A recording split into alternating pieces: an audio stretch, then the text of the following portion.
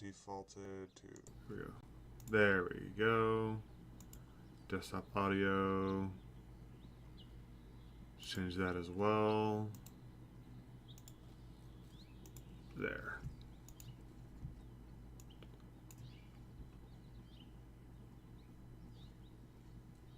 Where? It says that I'm live. Where? Okay, it is picking up. It says that I'm live. Yeah, it's picking up some audio. So where? Pause that. Edit. Sekiro. Yeah. Done. Alright, so at least I know I'm streaming on Twitch.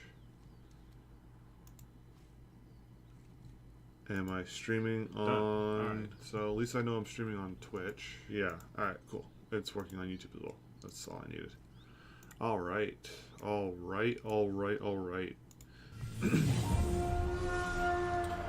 So this is going to be somewhat of a stream. This is more me putting out there the thought processes that I've been having over the course of the last month and a half. I've been trying to make videos out of it, and I haven't found a way that I feel like fully explains or articulates my position in a way that I appreciate. And I've recorded, I think close to like 25 videos so far on my phone trying to just talk about this subject, and I've recorded 3 or 4 videos on my computer trying to just really articulate my entire position on Ukraine and what I think is the correct position. Actually, you know what? I very rarely will take this stance, but I'm not gonna say what I think is the correct position. What I'm gonna say is what I know is the correct position. There really is only there really is only one correct position that one can take on this subject, and that is the fact that Ukraine is within its right to determine its sovereignty and defend its sovereignty. Russia is the aggressor. Russia is unjustified in its act of aggression, and people who are supporting Russia in any way, people who are doing whataboutism, people who are arguing that, oh well, Ukraine had it coming, because that's essentially what it is. This whataboutism really is just the fact that, well, Ukraine should have known better.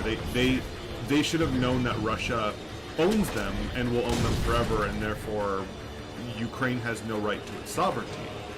So they'll go out of their way to make inane justifications that make very, very little sense when you look at the wider picture, and they will make exceptions in their own thought processes in order to make those justifications.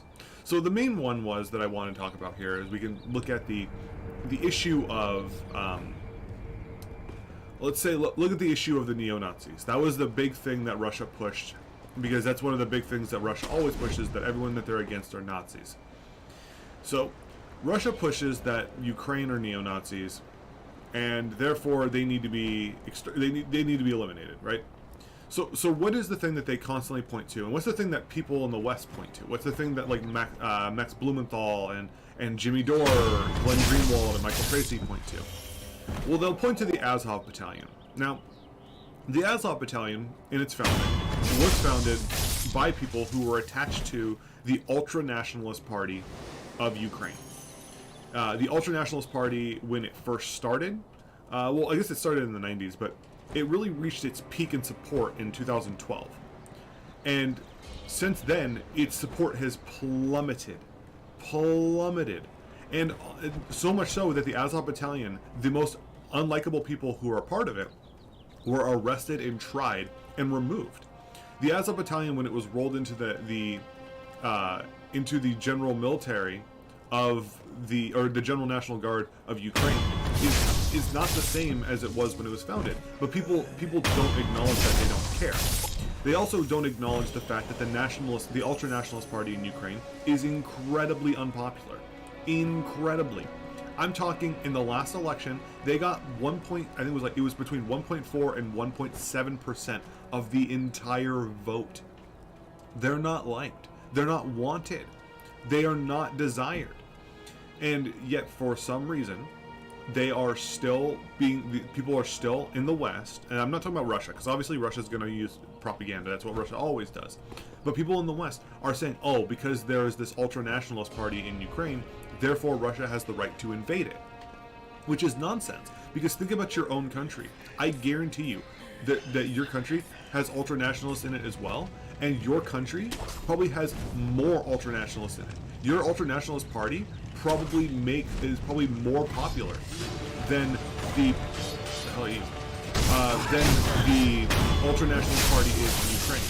Does that mean that your country deserves to be invaded by Russia?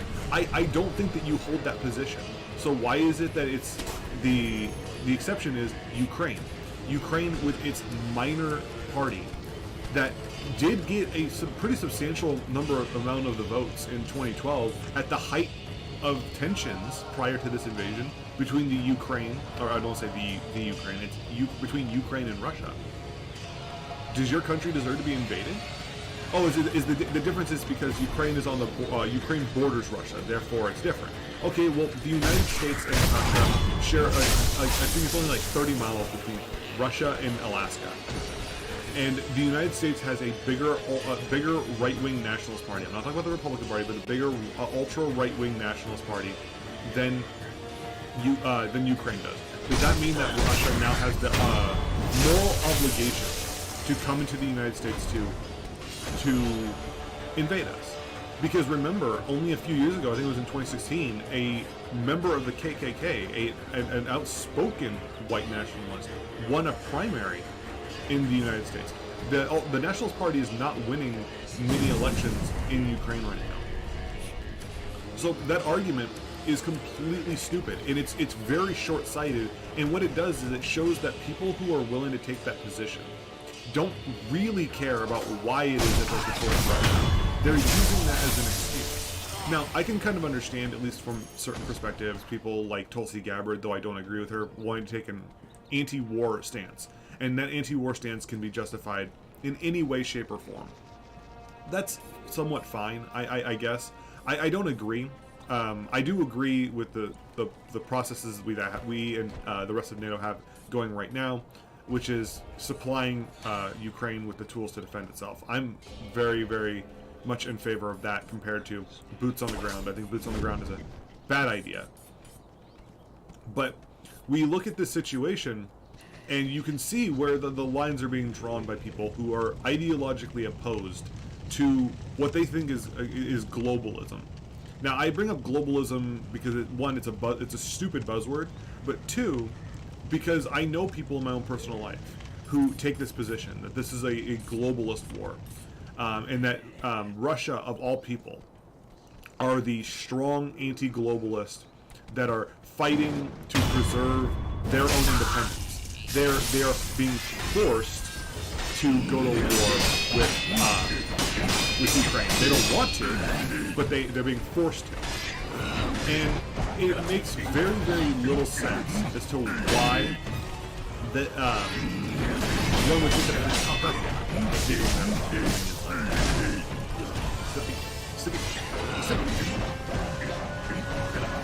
think let me deal with the other guy first so I can focus my entire attention on the boss. Hey!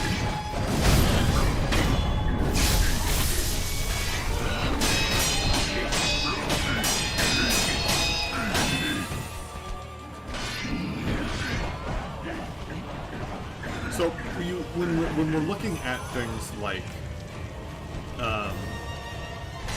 Ukraine, you see where the priorities of people are. And I get it. So for some people, their priorities lie within their own country, and that's fine. But what I'm going to make the argument of, and again, I rarely ever make arguments like this. Like I don't particularly like them. But the argument is that the argument really is that there is a moral position to take here, and the anti-interventionist are taking the immoral position. The immoral position really is that there's no reason to protect Ukraine.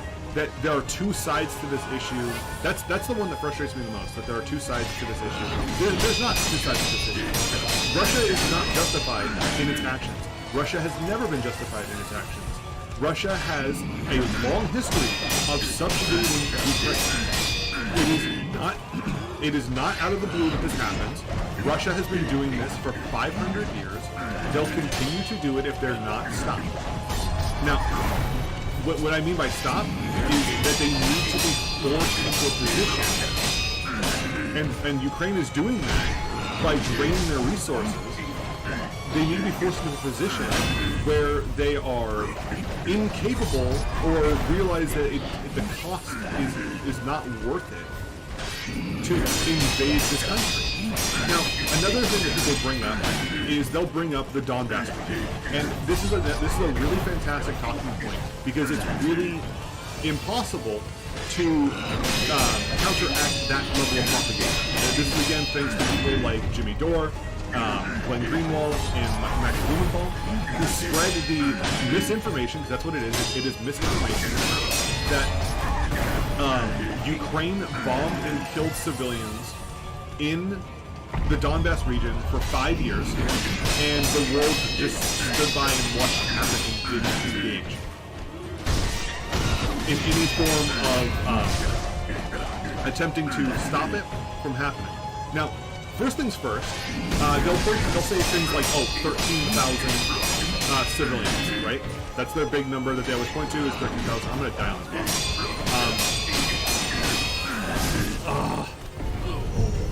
Can I read it? Can I read it? Hell yeah.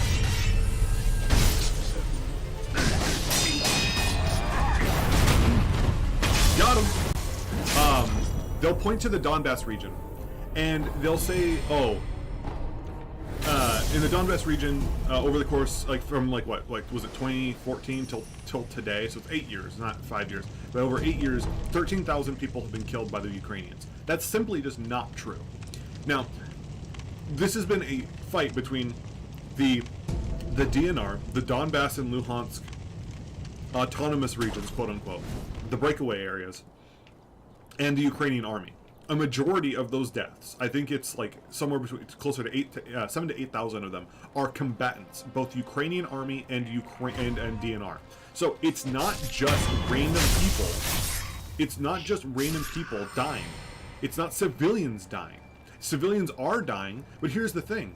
Not a single source has been able to cite who killed those civilians. They don't know if it's the government forces. They don't know if it's the DNR forces. They just know that these civilians are dying. When the big initial kerfuffle between Luhansk and Donbass happened, and I'll keep calling them the Ukraine. Between Ukraine, there was an investigation of war crimes against the Ukrainian army, and they found it inconclusive that there was any widespread level of war crimes like what was being stated by Russia and only Russia and its allies. And by allies, I mean puppets, because Russia doesn't create allies. Russia creates puppet states, like Belarus. So people who are talking about the Donbass region, they don't know about the Donbass region. They don't understand the Donbass region. And the most important thing is that they'll point to things that are just factually incorrect. Like, East Ukraine wants to be a part of Russia. No, it doesn't. It never did. It supported closer ties to Russia. That doesn't mean it wants to be a part of Russia. It doesn't work like that. And here's the thing that makes it even crazier. Pro-Russian politicians in Ukraine stopped winning elections in the east of Ukraine in 2014 when Russia annexed Crimea, because people began to realize that there's no such thing as forming closer ties to Russia. The only solution is that you join the hive, you join the collective. I'm gonna die of fall damage. I'm just kidding, I'm fine. Get down. Get down. Oh. Okay, I didn't think that guy was gonna jump down too. I just did that. They stopped winning elections in 2014 because Russia annexed Crimea.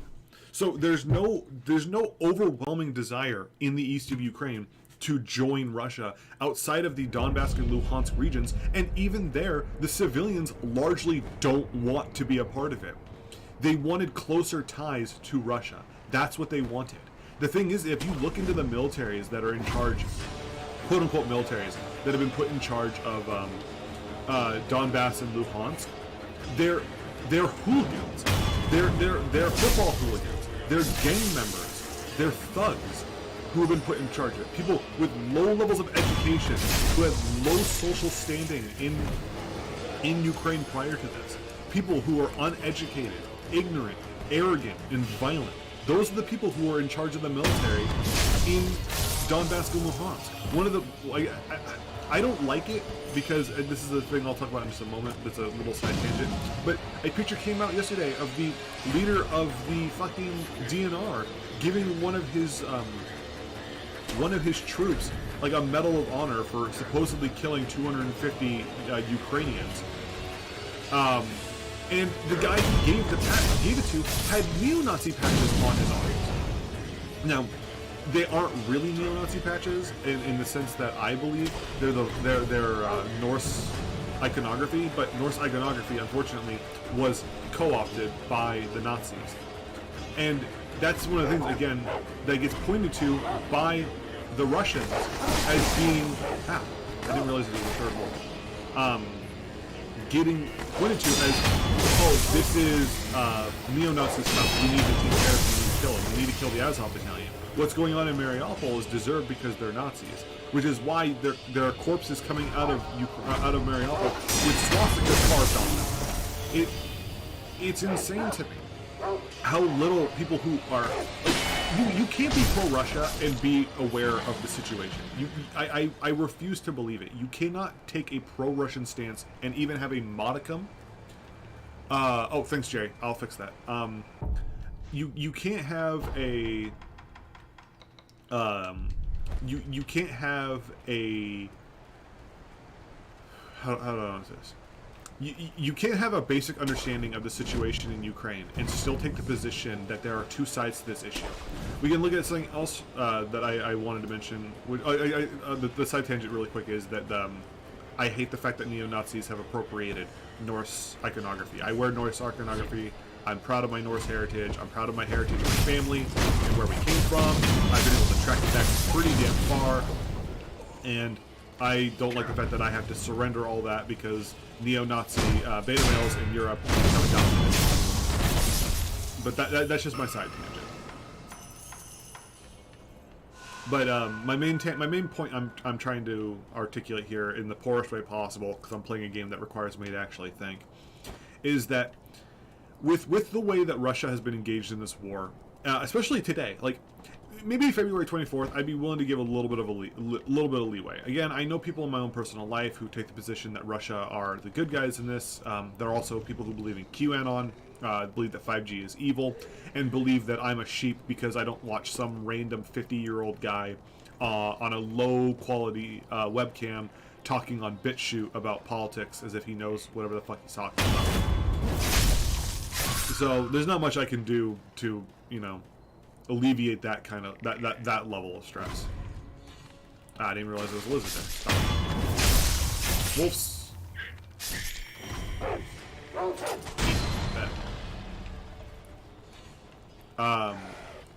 But so with February 24th, fine. I can kind of I'm willing to forgive if you take that position on February 24th. I am not willing to forgive you if you take that position on April 7th. I can't. At the beginning of the month, when the Russians, who lost the Battle of Kyiv, despite what the Russian government is saying, they've lost that battle. And they will continue to lose that battle because the Russian army fucking sucks. And this is something that I was saying even prior to the invasion of Ukraine, that the Russian army is fucking terrible, and that Russians should be genuinely embarrassed about how fucking poorly they perform. The only thing that the Russian army is good at is killing civilians, because they're so ill-trained, ill-equipped, ill-prepared, ill-maintained, and ill-led. Their government is shit. Their military is the muscle of their government, and their military is shit. They are not the second strongest army, as everyone thought they were, and that's the funniest fucking thing. All Putin had to do was not invade Ukraine, and the entire world would still be afraid of them. But no, he invaded Ukraine, and you get to see that the emperor has no clothes. So you enter into this stage. But now, on April 7th, you don't get to take the position, oh, well, Russia is in the right, therefore they deserve, or they have the right to massacre civilians in the Kyiv Oblast, the key provinces, as they pull out. You don't get to say that. You don't get to hold that position and claim that it is a, oh, well, that's just my opinion. No, your opinion is shit. Your opinion is shit, and you're stupid for holding it. Your opinion is tantamount to genocide denial for no reason, or it's genocide support because for some reason you in your mind you're like, I mean, I might support ethnic cleansing, but at least I'm not a racist. Like, the argument doesn't make sense. It doesn't make sense because the arguments are so ill prepared. And no, I am not strawmanning people. I'm not strawmanning people at all. I'll take up the position that other people make. Oh, well, Russia is threatened because Ukraine is trying to join NATO. Okay, why is Russia threatened if Ukraine joins NATO? It's a defensive alliance. It's not an offensive alliance. If Ukraine went to war and did a first strike on Russia, NATO is not going to join them. So why is it a threat? It's not. It's never been a threat. It's never been about it being a threat. The reason why they don't want them to join NATO is that they don't want them to join a separate sphere they don't want them to leave their sphere of influence. That's the most important part of this issue, is that Russia wants there to be a sphere of influence that is strictly Russia, and that's all they care about. They only care about the fact that they have control.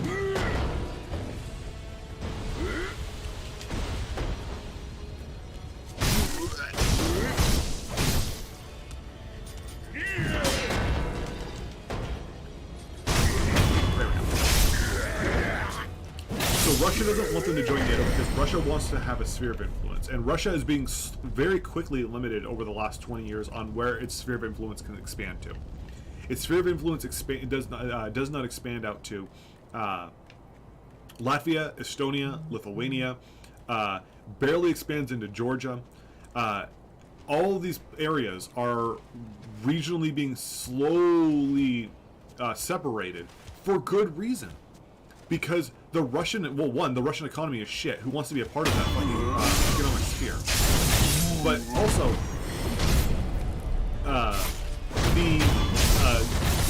the general attitude of Russia is that if you work with Russia, you have to work for Russia. Russia doesn't work with countries. It makes countries work for them. It doesn't work with them. There's no alliances there. Look at Belarus. To get Belarus on its side, they had to overthrow a democratic election, kill civilians, mass arrest them, and then install a puppet that no one in their country likes. That's how like the economy of Russia functions. That's how the economy that's how the government of Russia functions. So it's really no surprise as to why there are so many countries. Again, Latvia, Estonia, Lithuania all joined NATO in 2004. Ukraine's been trying to join NATO since 2008. Georgia wants to join NATO. Moldova wants to join NATO. Finland and Sweden finally want to join NATO when they were proud to be independent. All this is happening because Russia's absolute incompetence and the fact that they are generally one of the more evil totalitarian states on this planet. So you're taking the position that, oh, Ukraine shouldn't be allowed to join NATO. Why? Well, it's because it's a threat to Russia. Okay, Russia feels threatened. Damn, that means Russia won't be able to invade Ukraine. That's a real fucking shame. That's a threat to Russia, I suppose. It's also forgetting the fact that Ukraine is a sovereign nation who has the right to determine what their alliances are. It's not like they're being forced to join NATO. NATO is an alliance that you opt into. And again, there's a reason why so many countries want to opt into it. because every country that exists around Russia is threatened by Russia. Why? Because Russia constantly fucking invades people. This is nothing new what's going on right now. I will continue to make that point because that point needs to be made. Ha! Idiot.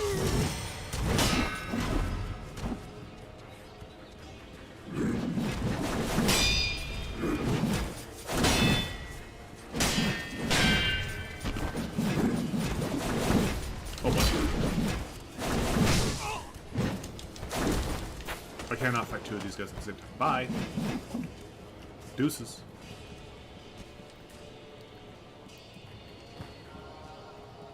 See you later. So we take up the position. I've taken up the position that the argument against NATO is a foolhardy one. It makes no sense.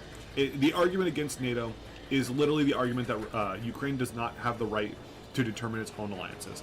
And the only reason why one would take up the position that Ukraine does not have the right to determine its own alliances is to make the argument that Ukraine doesn't have sovereignty. And the argument for that is, why not?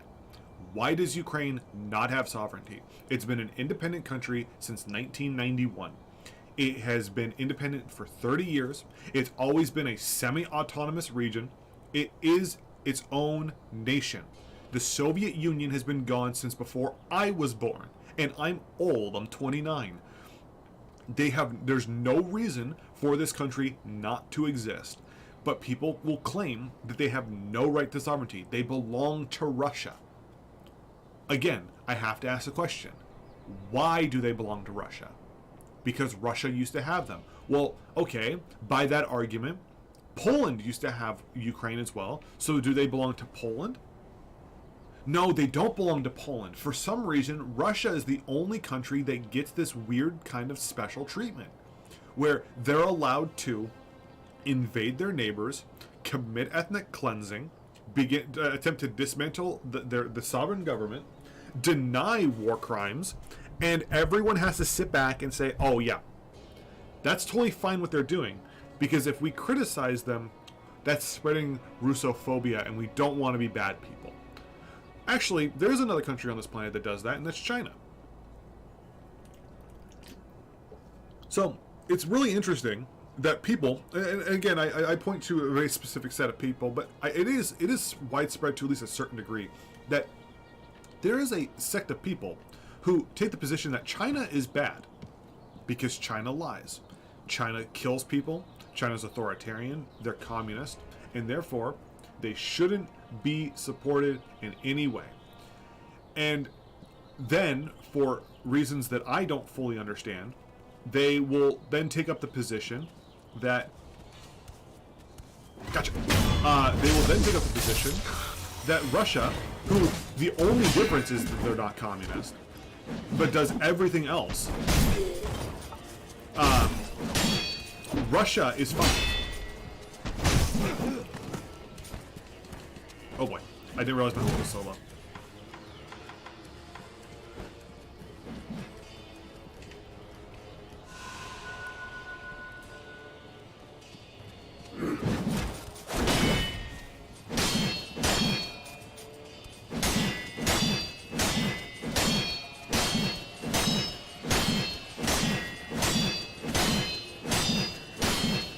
We're gonna move that thing up.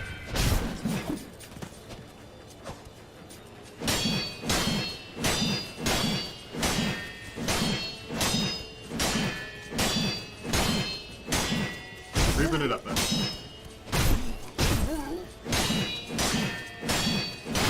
Gotcha.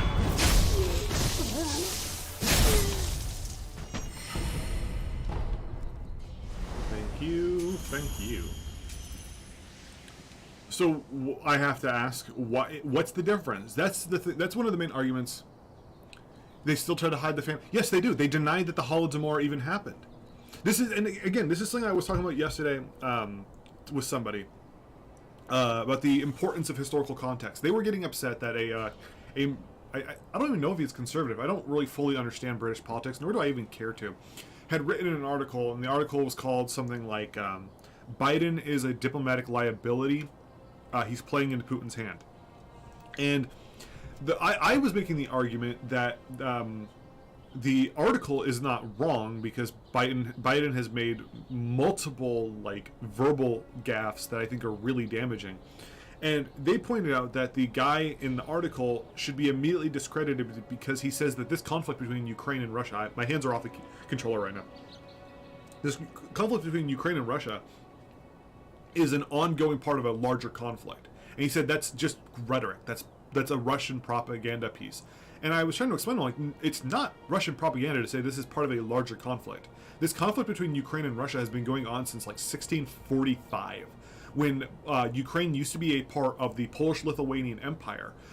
Because the Poles, who had direct control of Ukraine at the time, were Catholic, and the Ukrainians were largely Orthodox, they wanted to split. The Ukrainians wanted to split, so they created an underground alliance between themselves and the Tsar of Russia at the time, whose name I can't remember off the top of my head. And they joined up with Russia in 1645 because they were both Orthodox, and they felt like their cultures were more closely aligned. Since 1645, Ukraine was subservient to Russia. They were put into permanent serfdom, and Russia almost immediately began the process of Russification. Now, they stepped up Russification in the 1800s. I think it was like 1807, they banned the teaching of the Ukrainian language, and by like 1876, they basically banned any public displays of the Ukrainian language. And during that whole time, the reason is that the Ukrainians wanted to once again split off from Russia because they wanted independence. That's what their main goal in life was independence. So in 1917, with the Bolshevik Revolution in Russia, what does Ukraine do? They declare their own independence. Unfortunately, they almost immediately spiral into a civil war, to which the Bolsheviks win. And then the communist Ukrainian Democratic People's Republic of Ukraine is founded as part of being part of the Soviet Union, along with Belarus. But this is a conflict that's been going on since 1654. So it's a long-lasting conflict. And all of these issues that arise between Ukraine and Russia ignores. Russia's main argument has been, we've never done anything wrong to them. They belonged to us back then, therefore they belong to us right now. It's a very, very like illegitimate line of argumentation. So if we're making the argument, which I do, which is that Ukraine is a sovereign nation, which they are, they have the right to determine their alliances then, right? Because if you're a sovereign nation, you have a right to determine your own alliances. Yes, I believe that. I believe that wholeheartedly, no matter what the country is. If you're a sovereign nation, you have a right to determine an alliance. So, the argument against NATO is null and void, just like the Nazi one. The biochemical labs is another argument that people who are on the favor of Russia, who are on the side of Russia, bring up. Now, if you ask them, what are they making in the biolabs? I don't know. They don't know. But they believe that if a medical biolab exists in a country, that is enough to justify the invasion of said country. Again, one has to wonder, where does that line get drawn? Because in the United States, we have biolabs. So does that mean that these people believe that the United States could be invaded again by Russia? And why do they believe that? Okay, I get the feeling these bug people are just going to continue to live. So I'm going to set them on fire and see what that does. Stop.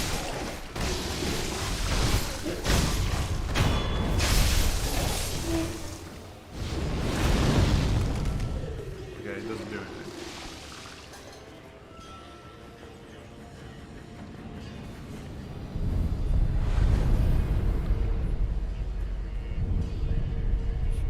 So that's point number 2. I mean, that's point number 3. No one knows what the biolabs are. Now, I will tell you this: the United Nations, NATO, the United States, the Ukraine, even many Russian scientists and doctors have said that it's a mundane biolab used to study harmless pathogens, built on the foundations of the labs that were created to dismantle chemical weapons after the fall of the Soviet Union. Yes, that's what biolabs are for. They're there to study pathogens. Now, there are labs like the one in Wuhan, which was used to make stronger pathogens, and then those pathogens, can leak, and then you create a global pandemic. But that's not what was going on in. That's not what was going on in the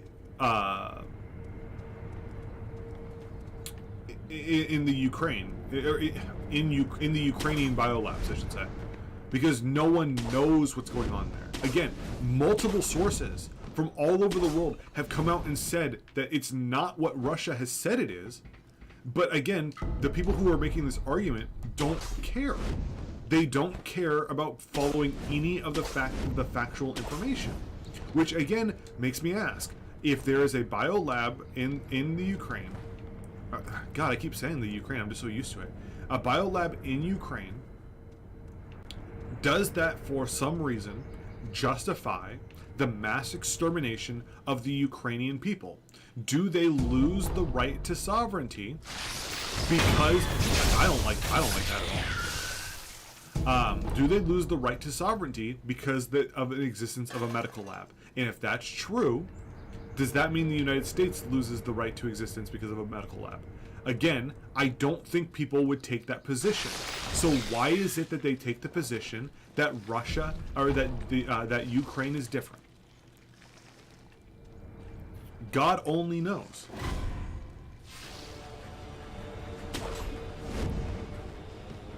So that's three of the main arguments that are being made about Russia: Nazis, NATO, and the biolabs. All of these arguments are really, really poor.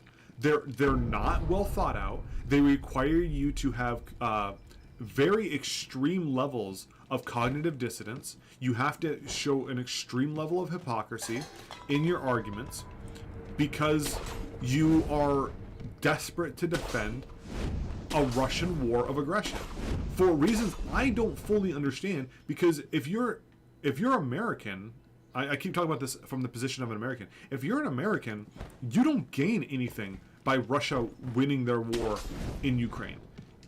You do not benefit. You don't benefit from Russia continuing to do what they do, which was what Hitler did, which is flex muscle, demand change, flex muscle, demand change over and over and over again. Oh, whoops. Didn't want to do that.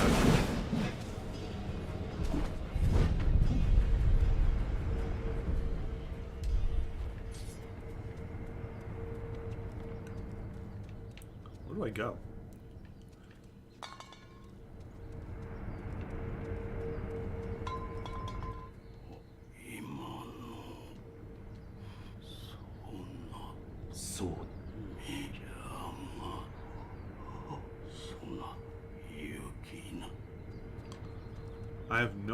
I have no idea where I'm supposed to go. The only door I found is a door I can't open.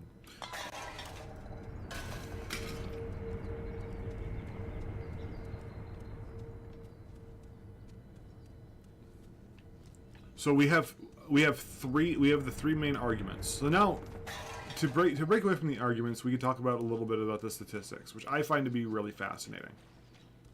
And the statistics show that Russia's army is as pathetic as I said it was earlier. I'm gonna take my hand off the controller again here and whip over to the other monitor I have really quick.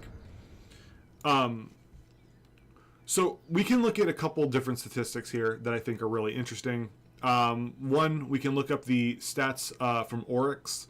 Now, Oryx is a guy who just kind of he writes about military weaponry, and his main focus has always been on the documentation of military weaponry. He wrote a book called "The Armed Forces of North Korea on the Path of Songun," and he's a very interesting fellow, very cool.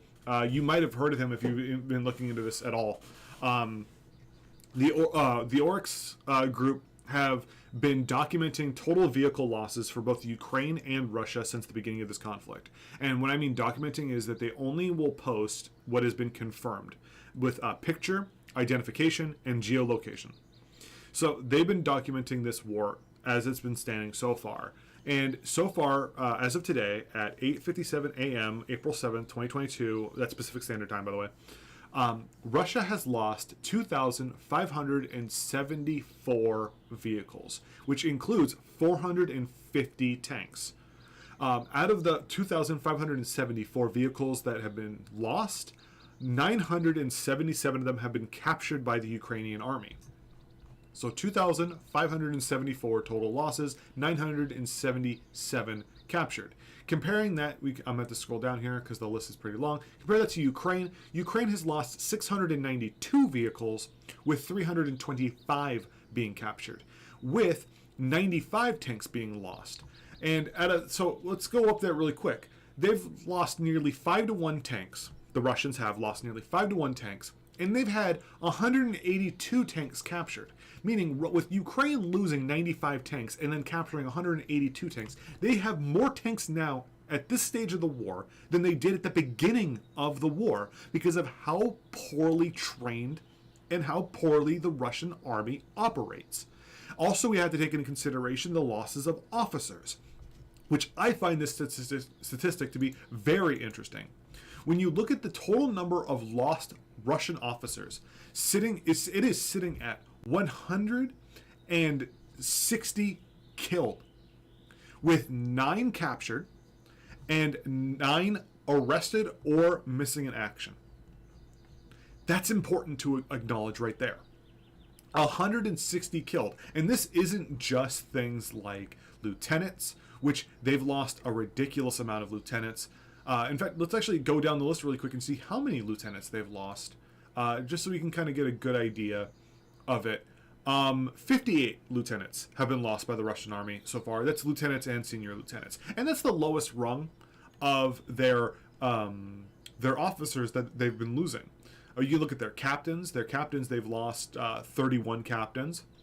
Majors, they've lost 46 to...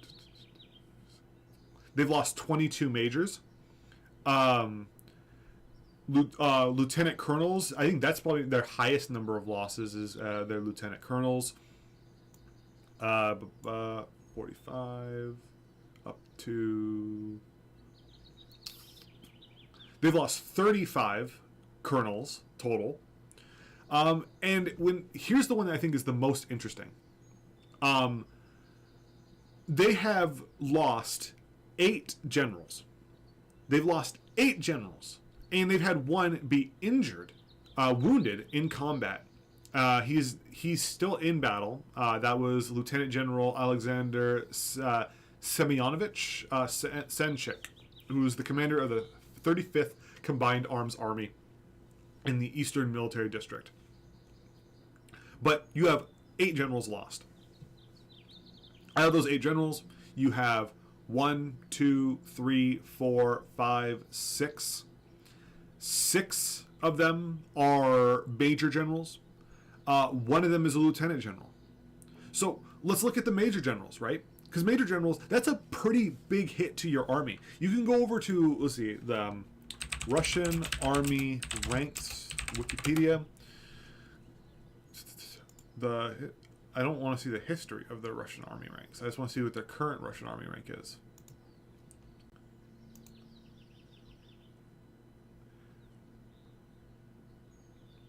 All right, here it is. Major General is the 4th or the 5th highest ranking guy in the entire army, with Marshal of the Federation, of the Russian Federation, being the highest rank.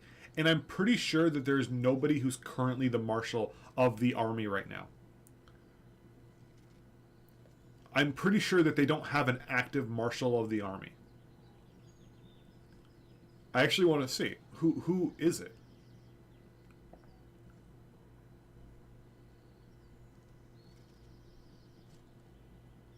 Yeah, the only officer so far to hold that rank was Igor Seryov, and I'm pretty sure he's dead. Yeah, he died in 2006. So really, we can erase that position from the army. So it's the 4th highest ranking guy in the in the Russian army, right? So you're losing 6 of them in combat in under a month. Now, I want to compare that to the last time the United States lost a major general. The last time the United States lost a major general was in the Afghan War. The last time prior to that happened was Vietnam. So from Vietnam, which ended in what, like 1965, 64, up until today in 2022, the United States has lost one major general, Major General Harold Green, who was killed in Afghanistan by an Afghan National Army private who was denied holiday. So he came to the army base with a gun and opened fire, and unfortunately he killed Major General Harold Green. The one that really gets me is the one that's even higher than that. The fact that Lieutenant General Yakov Vladimirovich Restanisev, the commander of the 49th Combined Arms Army of the Southern Military District, who was killed on March 24th. Do you know the last time the United States lost a lieutenant general? It was Simon Bolivar Buckner Jr., who died in the Battle of Okinawa in 1945. That's the last time the United States lost a lieutenant general. And now, people in America, they don't understand why this is so significant, because there are so many officers. Like I said, 160 of them dead. That doesn't take into consideration the ones that have been captured and the ones that are missing or were arrested, right? Which that's another 18 right there. So the reason why it's so significant for the Russian army that they're losing this many troops is the fact that the Russian army is top down. It doesn't function the same way that the United States Army does, where lower ranking officers are able to make calls, make decisions, they're put in charge. No, the people at the top lead and everybody else follows. So when the head of this snake is continuously getting cut off because of the absolute incompetence of the Russian invasion and the fact that Russia's army, Russia's invasion force does not have a unified leader behind it, which that's something that blows my mind.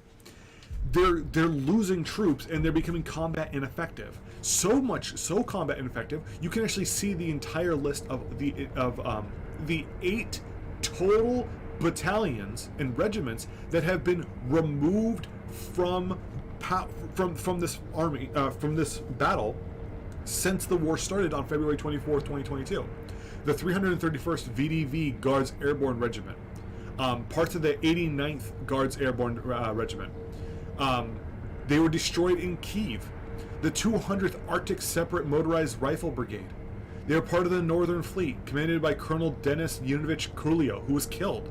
Krulyo abandoned his post in the heavy fighting on March 2nd, and they were destroyed near Kharkiv.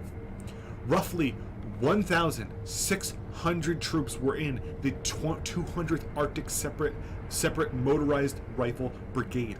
The 6th Guard, the Lvov, Lvov Tank Regiment, part of the 41st Combined Arms Army, commanded by Colonel Andrei Zarkiov, killed, were destroyed near Kyiv on March 20th.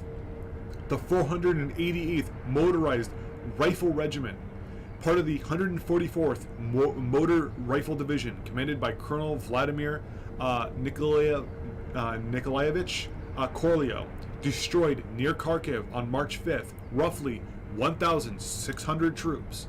The 35th Separate Guards Motorized Rifle Brigade, part of the 41st Combined Arms Army, commanded by Major General Vitaly Gerzimov, killed, destroyed near Kharkiv on March 2nd. The 31st VDV Guards Air Assault Brigade, part of the VDV 104th Guards Airborne Division, commanded by Colonel Sergei Karsiev, killed, destroyed near Gostomel on March 4th. On the 4th Guards, I'm not going to be able to put the Kante Miroslavyev Tanks Division, part of the 1st Guards Tanks Army, commanded by Colonel Yevgeny Nikolaevich Zerlyov, with an unnamed commander of its 13th Regiment who committed suicide in the Kilmyov Bryansk Oblast, depleted after defeat near Irpin on March 27th and withdrew completely from Ukraine. The 37th Separate Guards Motorized Rifle Brigade, part of the 36th Combined Arms Army, commanded by Colonel Yuri Medvedev, killed. Medvedev lost half of his 1,500 men near Markirev on March 11th, causing a fragging incident that led to his evacuation from Belarus, where he died from his wounds. Now, you might have heard the story of this tank commander, Colonel Yuri Medvedev, who led 1,500 of his men, lost 1,500 of his men near Markirev. So a guy with a tank, a Russian man with a tank, a Russian soldier with a tank, ran him over and killed him. Tell me that this is the second strongest army in the world, and I will ask you, what have they gained? What have they gained since this war started? Kherson, one city, and guess what? Kherson right now is being surrounded by the Ukrainians. They gained nothing. They fought to take Kyiv because they believed their own hype, that they were the second strongest military in the world, that no one could stand against them. Definitely not the Ukrainians, a bunch of fucking dirt farmers. They invaded the country, invaded Kyiv, lost thousands of men, and then pulled out and gained nothing. The only thing that they gained was like global condemnation for the fact that they're mass executing civilians for no reason other than the fact that they're Ukrainian. It is an insane situation to watch unfold. Now, you can look at the total number of lost compared to the... you have to make sure you're looking at all the different sources that cover this subject, because that's important. But you have the... I fucking knew you were going to come back to life.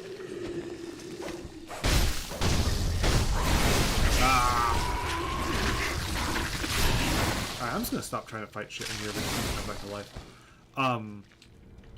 You have the Ukrainian army, which says that they've killed over 18,000. Now, I don't know if I believe that completely. However, the head leader of NATO has said that the number is somewhere between like 12 to 15,000, and the United States' number is like 9,000, and they said that was like 3 weeks ago, and they said that was a very conservative estimate. Excuse me. They said that was a very conservative estimate.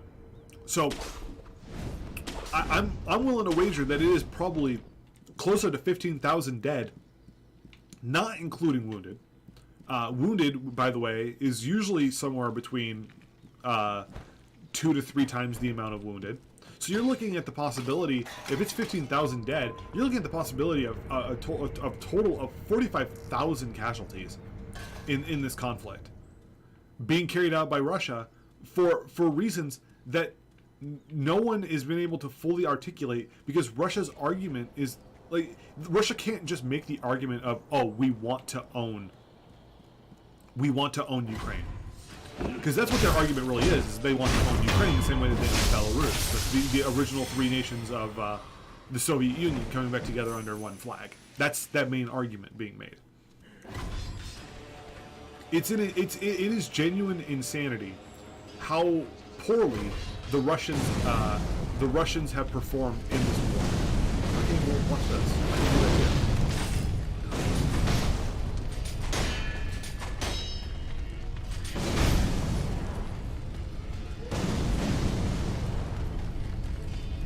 Okay, well, with one of them... Oh, okay.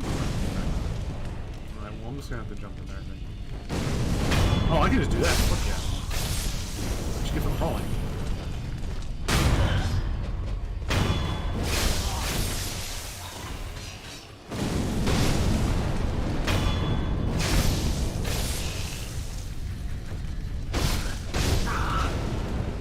Set me on fire.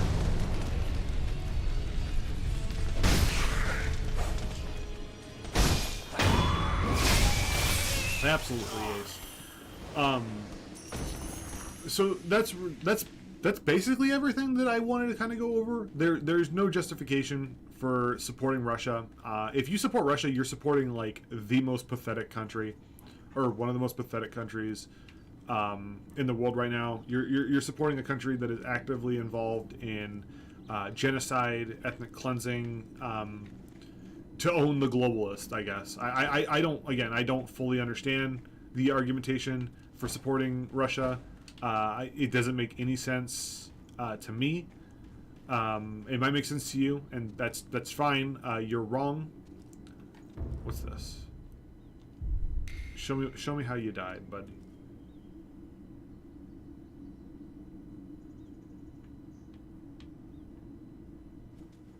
Oh, okay. Killer. Oh.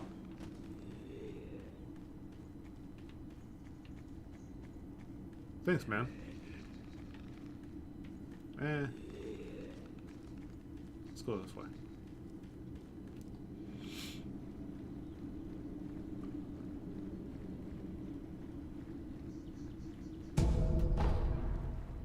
Russia has performed poorly. The world is more united now than it ever was. The fucking support for NATO is higher than it's ever been. So Russia's entire attempt to try to subvert NATO and destroy NATO is not working.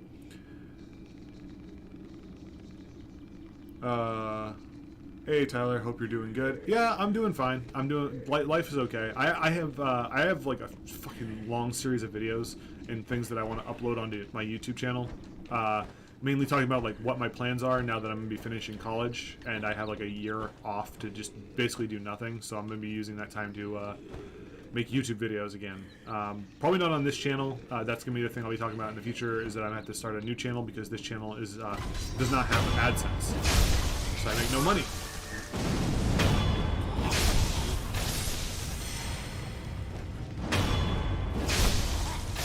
And they say this game is hard.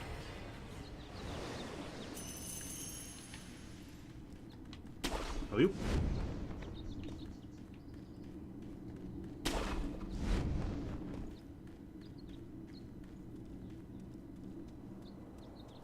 I'm getting lost. I will say that. I'm real fucking lost.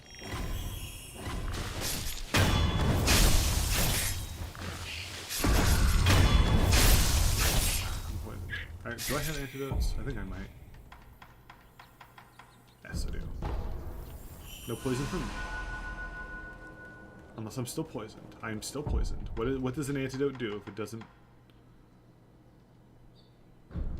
I'm still poisoned. Oh, maybe that's not poison. Maybe that's a heal. I'm fine. I'm stupid. What's up, buddy? I actually have no idea how those books work yet. I never got this far in Sekiro. It's like the Russian army keeps shooting off their toes with every move. That's the thing, is that the Russian army is so ill-maintained. This is something that people... I made this argument to one of my friends, because my friend is of the belief that... or he was of the belief for a while that any positive news coming out of Ukraine on the Ukrainian side was propaganda, because he couldn't process that the Russian army would be doing as poorly as it is. And he's in the army, so my friend knows a lot about the military. And I said to him, like, Scott, name for me an authoritarian country that had a functioning military. And he couldn't name one, because it doesn't work. Because the problem with an authoritarian country is that people are afraid to tell their leaders when things aren't working out. They're afraid to criticize bad choices and bad decisions.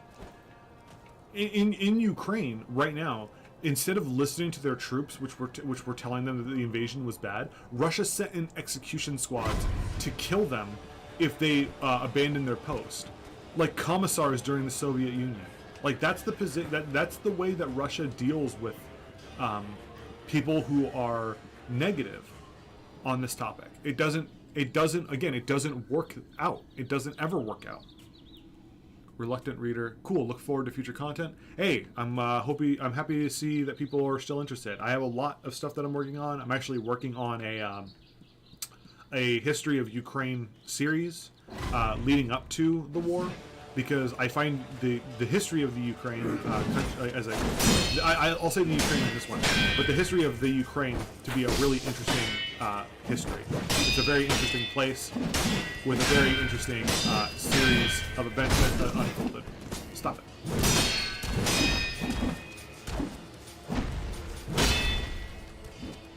Ow. Okay, I deserve that. I was trying to heal standing right. That's also fine. I'm fine with time right now. I don't want to get into it again. Save point. So, with that, I'm working on a series that's breaking it down all the way back to the fall of the Mongol Empire up until today. That's one of my main things I'm working on. I'm also working on a series of Japanese history videos. What was it? That's due to all the overhyping of their military in our media. We always make the boogeyman, even in our history channel shows, they made it seem like they were just as advanced, if not more advanced. That you're absolutely right. One of the things that I think people have really realized here is that you need to look at the details of things that are being said to you. The example I would use is, Russia has more tanks than the entirety of NATO. I think the entirety of NATO is like 11,600 tanks, and Russia is north of 12,000 tanks. Now, that is true, but what that doesn't tell you is that a vast majority of their tanks are T-64s, T-72s, T-82s, and or most of them, the 64s and 72s especially, that makes up the bulk of their army, are in disrepair. They're sitting in giant fields, and just the natural elements have worn them down. They're rusted, they're breaking down, they're destroyed. The T-90 tank, which is their tank, which is one of the most advanced tanks in the world, easily the biggest, probably the most powerful cannon in the world, they can't make it right now because of the sanctions, and they don't have that many of them, and they're still losing those in the war. I'll go back to the Oryx guys, and we can go up and see how many T-90s they've lost since this war started. So scroll up. 450 tanks. They've lost 12 T-64 BVs, 10 T-72s, T-72As, 4 T-72 AVs, 83 T-72Bs, 30 T-72Bs, Operation 1898, 66 T-72B3s, 83 T-72B3s, 12 T-80 BVs, 54 T-80Us, 2 T-80 UKs, 1 T-80 UM2s, 19 T-80 BMVs, 17 T-90As, and then there are 57 tanks that are so fucking destroyed that they can't even tell what they are anymore. So they're still losing those tanks, those T-90As that they have. They're still losing those. And they can't produce more of them, and they didn't have that many to begin with.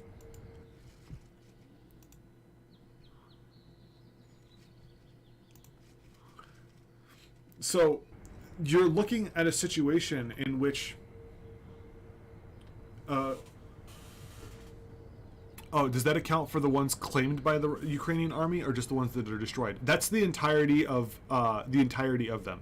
Now this accounts for both captured and destroyed. So out of the 450 tanks that Russia has lost so far that have been documented by Oryx, 182 of them have been captured.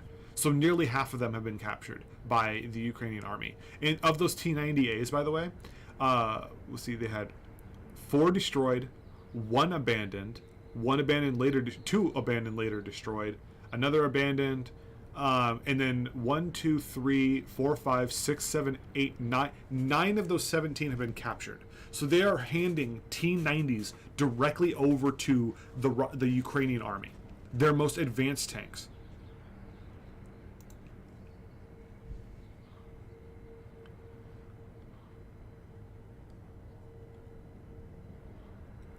No, they'll be more advanced than no. Russia will never be more advanced because they're constantly stuck in this stage of modernization. They're never going to be modernized because their government is so corrupt. Have you heard of a laser pig loop? No, I have not. I'll Google that right now though. I see laser pig pizza.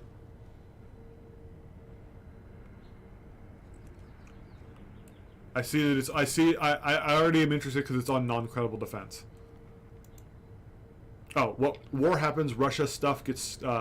Stuff turns out to suck. People forget war. Russia's strong memes. People think Russia military tech is good because it's rugged, battle-hardened, quantity over quality. T-34, best tank of World War II. Russia not corrupt like Pentagon. War happened. Yeah, that's exactly what it is. That meme is a good meme because it's absolutely accurate.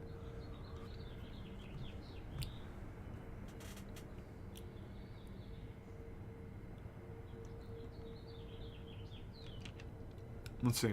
Yeah, Russia won't get kicked out of the UN. They're probably going to get kicked out of the Human Rights Council, though, which I think is a big step.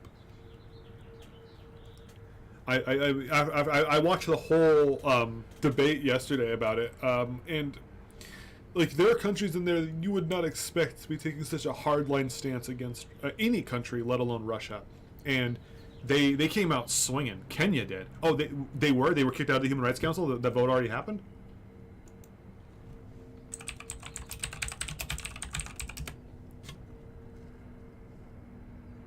Because I know there was the meeting about it yesterday. I didn't know the vote happened. Oh, yeah. UN General Assembly suspends Russia from Human Rights Council. That happened 30 minutes ago.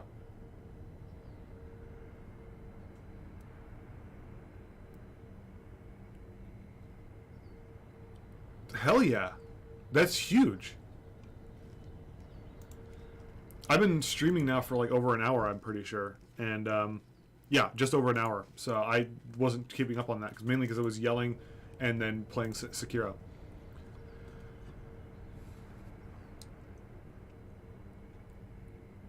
Someone said that they can't wait to see more content and they look forward to my future content. Thank you. I'm also working on the Ukraine. I'm working on the Ukraine stuff. We'll talk about that in just a moment, Tonishi. I'm working on the Ukraine series.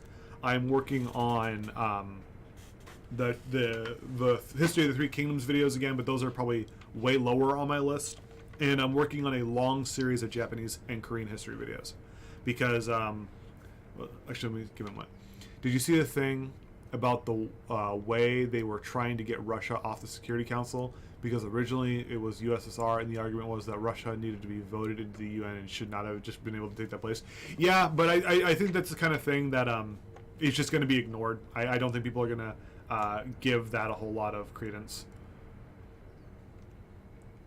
You should have kept their spot as Security Council since they are a new country, and we've done this, and as we have done this to other newly formed countries. Yeah, but we didn't do this with like major founding members. If you remember correctly, in the United Nations, it was Chiang Kai-shek's Chinese Republic that was the representative of China. And then it was replaced by Mao Zedong, and I don't think there was a vote on that either.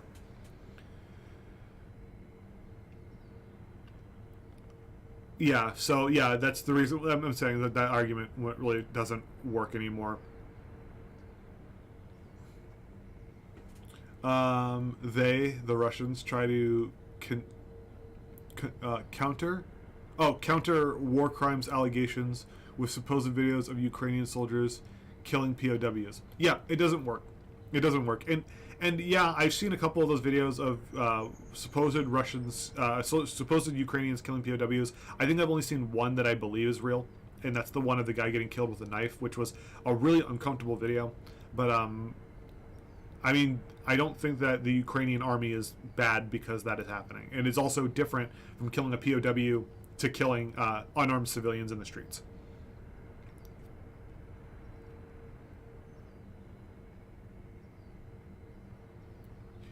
Yep, true. So there's precedent for it prior, so that's why the argument... Yeah, the argument is a moot one.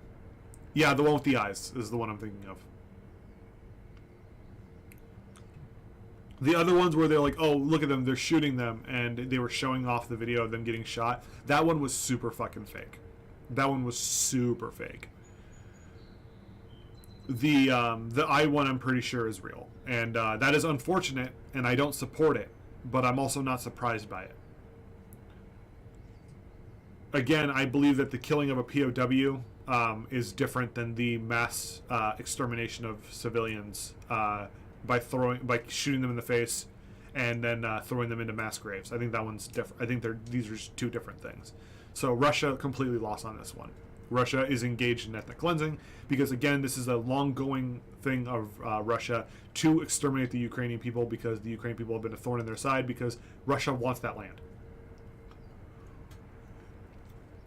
So as I was saying, before I got distracted again, the series of videos that I'll be making, the Ukraine one, obviously, China one I'm working on again. I have my journal for it right here next to me underneath my VR headset. And I'm working on a long series of videos about Japan and Korea, not together necessarily, but I'm working on a long series of Sengoku Japan history videos because that's my bread and butter. That's what I'm getting my that's what I'm getting one of my degrees in. So I'll be covering the Sengoku era of Japan from the Onin War to the Battle of Sekigahara. I'm also going to cover the rise of militant fascism in Japan because I find that topic to be really interesting. I'm also going to be covering Korea in the post-colonial period. So after World War II, the division at the 38th parallel, the North Korean invasion of South Korea, the pushback by the United States and the UN, the permanent division on the 38th parallel, the separations of the countries, the reigns of Kim Il-sung, Kim Jong-il, and Kim Jong-un, compared to the reigns of like Syngman Rhee, Park Chung-hee, Chung Do-wo, Rai Ta-wong, the eventual rise of democracy in South Korea in the 90s, and where they are now. I want to talk about all that, so I'm doing a long series of videos on that. I'm really excited to be talking about that kind of stuff. I love like Korean history, and I love Japanese history. I love talking about them. I love researching them. So again, that's why I'm in school. I'm about to graduate with one of my degrees is in Japanese history. So I'm very excited to be out again talking about it. I just haven't had time because I'm working on schoolwork. This is probably the only live stream I'm going to do for the next 8 weeks, just because I'm focusing on taking all these classes right now, which are just kicking my ass because I'm reading a novel a week right now, and I'm not used to that.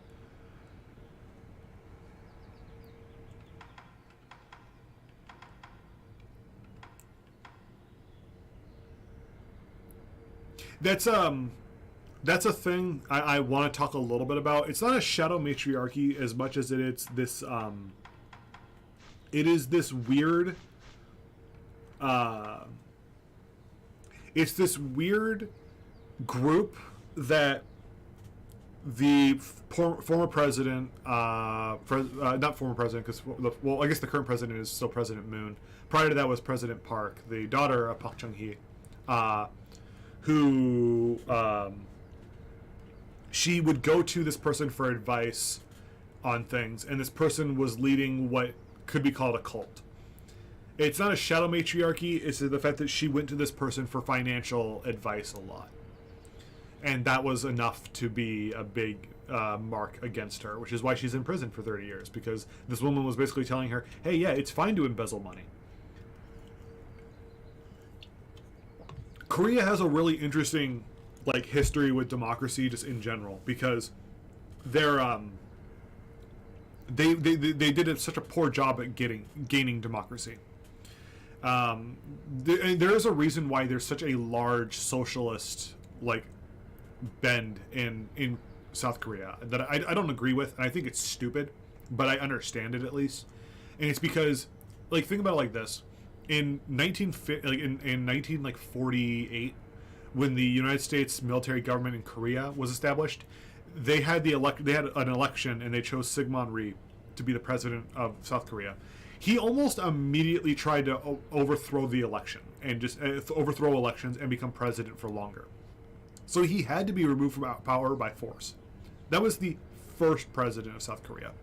And then they had an election, and then their election was immediately outdone in 1969 by the military coup of Park Chung-hee. And Park Chung-hee was in power from 1969 to 1989 when he was assassinated. And then they had another election, and then Chung Do-wo became the president. Oh no, it wasn't 1989. He died in 1979. So No, it was 19, yeah. He died in 1979. So this guy was in power from 1960 to 1979. He was in power for 20 years. And then they had another election in 1980, which was overthrown by Chung Do-ho, who then was the military dictator of South Korea until 1989, and then he was removed from power. And then they had another election, and Chung Do-ho chose Rai Tai-wong, I think is what it is, to be his successor, and that guy, quote unquote, won the election. So that guy became president afterwards. So for 50 years, they just had military dictatorships and strongmen and illegitimate elections. They didn't have a legitimate election until 1993, the year that I was born. So they've only been really dabbling with democracy for 30 years. What's the history between Korea and Japan? I'm gonna enjoy talking about that, but I'm gonna save that for videos because that's way too deep. That goes back to fucking Hideyoshi Toyotomi's invasion of Hideyoshi's invasion of Japan. So you're going back to the Sengoku era. You make the DPRK sound stable. The DPRK is only stable because, one, it's propped up by China, and two, the fact they don't have elections. They don't have elections there. They only have one guy you can vote for. So you really have no choices. And it really depends on what you talk about as stable, because the people there are their people there are starving. They're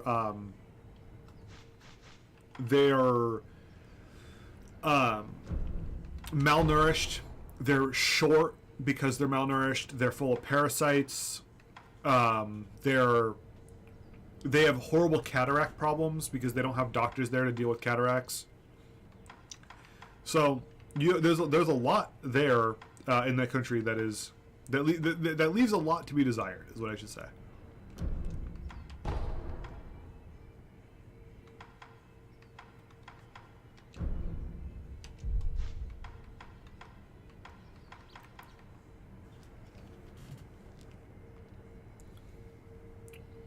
True, writing is a pastime itself. Yeah, they have some of the crazy. If you want to go and see some crazy rioting, you should go and look up things like the April uprising in South Korea, and just look up South Korea rioting. Students there go fucking ape shit. College students there and high school students there, they go ape shit when they go rioting, because they had to riot in their minds. They had to riot for their freedoms. I appreciate it. I appreciate that some people stuck around, because I love doing YouTube. It's just that it's a very time-consuming pastime, and that's why I just don't make videos as much as I used to anymore. And like I said before, and I'll say it again, I'm going to put up an entire video explaining this when I finally get around to doing it. I am making a new YouTube channel. I'm going to hate losing this channel because I'm not going to have AdSense on it anyway, because the bar to get AdSense is so fucking high. But I don't have AdSense access on this account, and I don't expect people to subscribe to my Patreon. I would love to do the Patreon thing, but I don't expect people to subscribe to it. So I'm just going to have to stick with Google AdSense.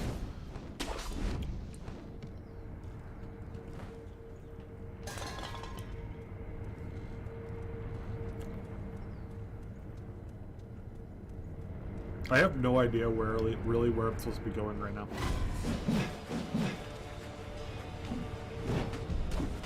Sleep.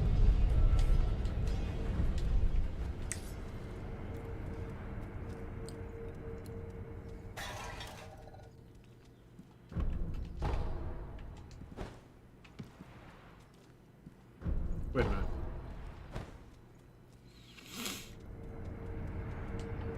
I might die for this, but I want to test this.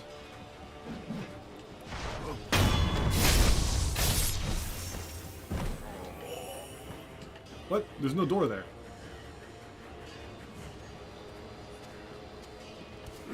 Ah! Ah!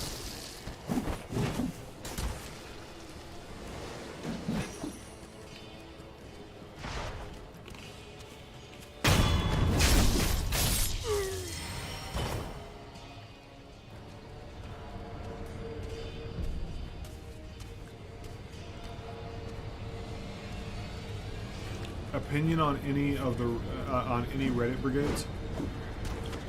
What do you mean by Reddit brigades? Like the people on Reddit who are going to Ukraine to fight?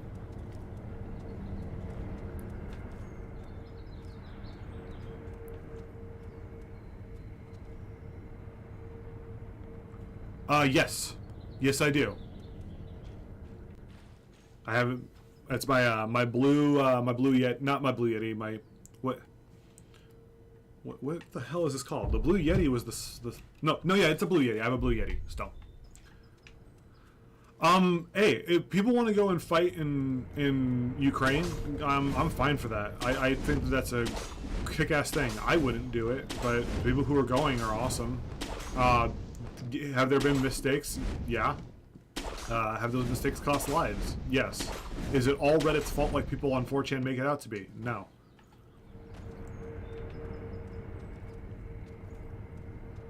Has Russia made the same mistakes? Yes. Has those cost Russia more lives in totality so far? Yes.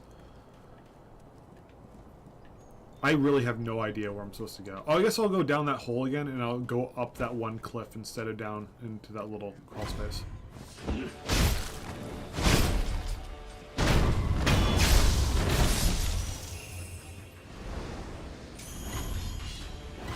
I'm not afraid of you now that I know I can do this.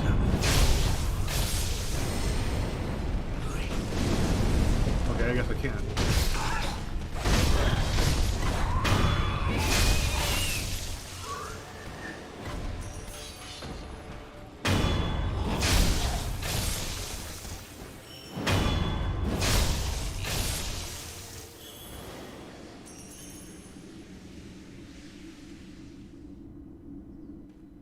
Well, it's the thing that it's I don't know if I'm gonna pronounce the word correctly, but it's what Raputsitsa, something like that. The season of mud. Have I fought the armored knight yet? Yes, I have. It took me 3 tries to kill him, but I did get him.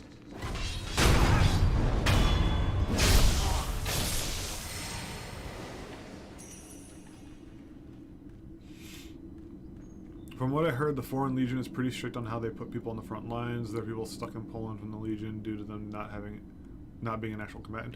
Yeah, they've been pretty smart on who they choose. The more okay. Well, you guys were watching the stream earlier. I couldn't go down that hole earlier. Okay, well, I guess we're done in here then. Yeah, the people who are in the Legion, like the ones with a lot of combat experience, you see them on the front lines, and they're out there fighting. They're kicking ass, led by Americans and Belarusians.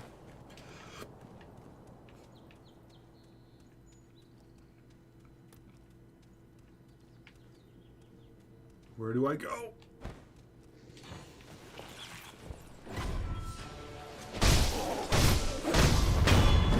I just want to get this, whatever this is. It's probably not. That's a pellet. Alright, I can take that. Those are good.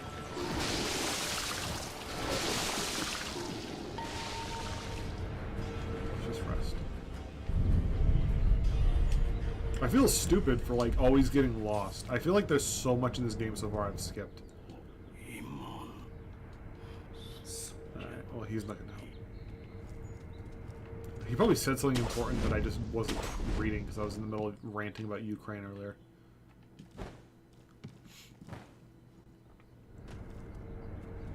Is this Sekiro, the game that you're playing? Yes, it is. This is my first time playing this game. I've been, since Elden Ring came out, I've been doing a full playthrough of all the FromSoft games. And so far I've played Bloodborne, Dark Souls 1 through 3, Demon Souls,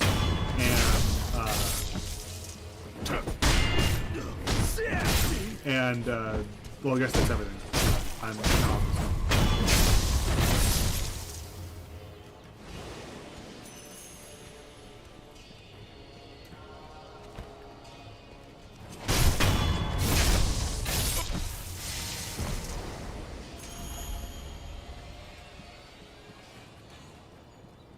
Alright, I'm going to pause. Ooh, hey, look at that. I'm going to pause my game. I'm going to get up for a few minutes, and be right back. I had groceries delivered to the house, and they just got delivered. So I'm gonna go put those away really quick. It's only like 2 bags, so I'll be right back.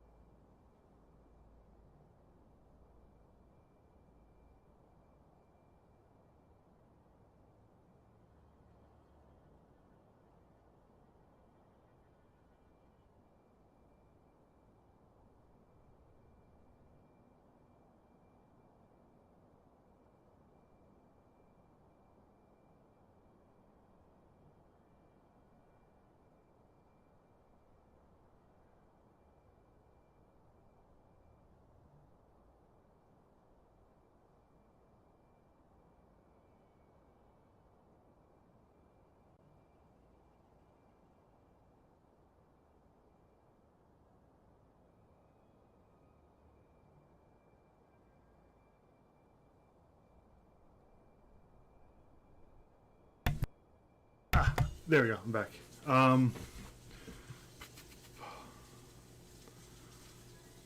Will the Russian people accept going to full war with this, with the full draft being brought up? Guess all the promises of not using conscripts goes down the memory hole. Yeah, well, they said they weren't going to use conscripts, and it was pretty apparent that they were using conscripts almost immediately in the war because their army is largely just conscripted. They're largely conscripted from low-income areas, and they're largely made up of ethnic minorities from like the Tuva region. So, I mean, that was bound to happen anyway. Really nothing new, nothing crazy. Ow. Oh no, I just knocked over my Android 18 figure.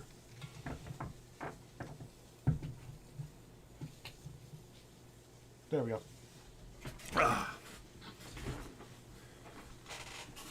What was I doing?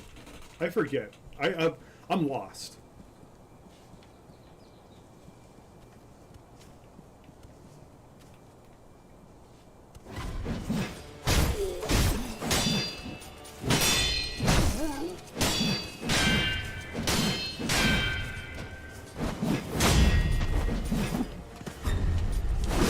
Oops. Big sippy pig. You dick.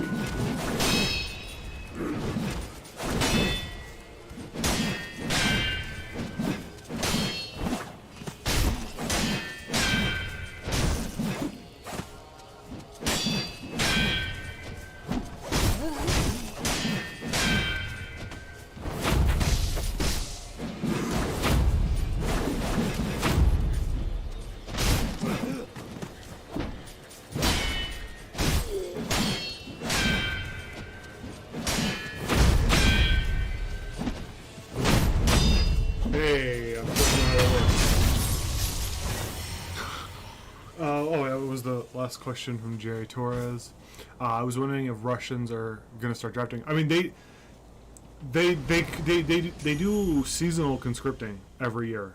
Their army is largely made up of conscripts, so they're doing conscripting now, but it's nothing new. This is just how their military functions, which is another reason why their military sucks, because everyone knows that conscription is a terrible way to maintain a military if you have the population that requires you to not have it. Like, again, I'll point to Estonia. Estonia has a draft, and or conscription rather. And the reason why is because they're a small country and they're a neighbor of Russia, who is an aggressor to them. And therefore, they will need to have a conscription to get their military up to snuff so that if Russia ever was to invade them, they'd be able to defend themselves. But Russia conscripts, again, from low-income areas, because it's only, I think it's only, you can actually get out of the draft by paying $5,000. So it's not like you don't have to be drafted. It's literally a system to get rid of the poor.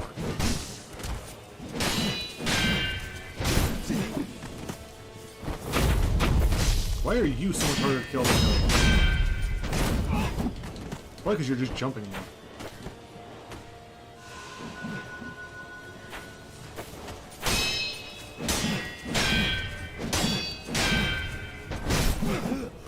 I'm hating the fact that he's doing that so long, though.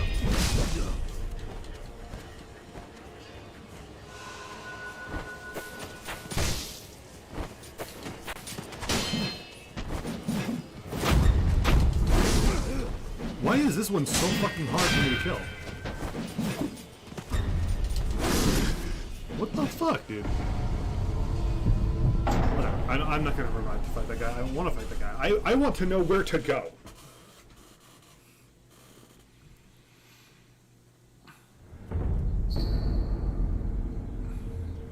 Yeah, that is. That is.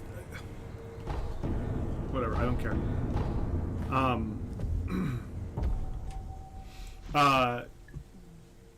No, yeah, that is how it is in that country. That country is an oligarchy. It is a horrible place. The people live there in shitty conditions, and they literally don't know what it's like to live in better conditions. Or they see it and they ignore that they could live in better conditions because they're indoctrinated into believing that their way of life is the best way.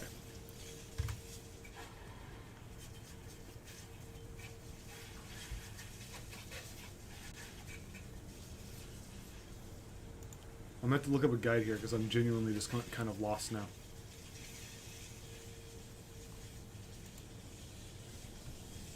I'm not sure where I am right now in the game anymore. Go away!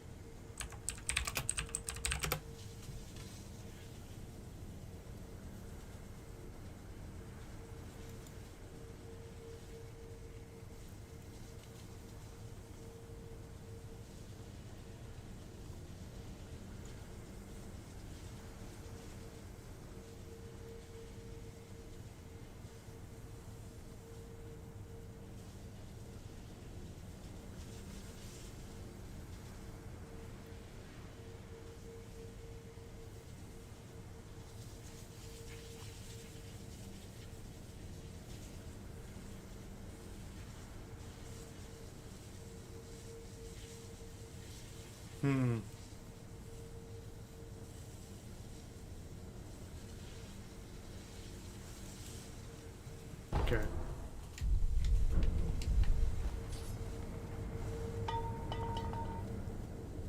There's supposed to be some kind of idol in here that I'm supposed to take.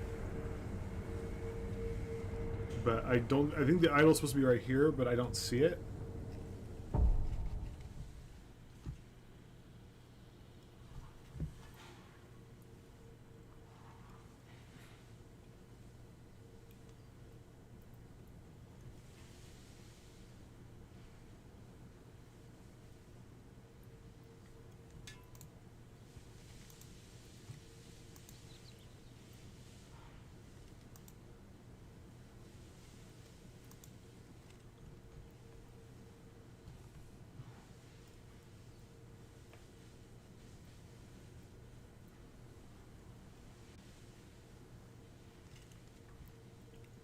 Okay, I have to go back to Ashina Castle. Alright. Got it.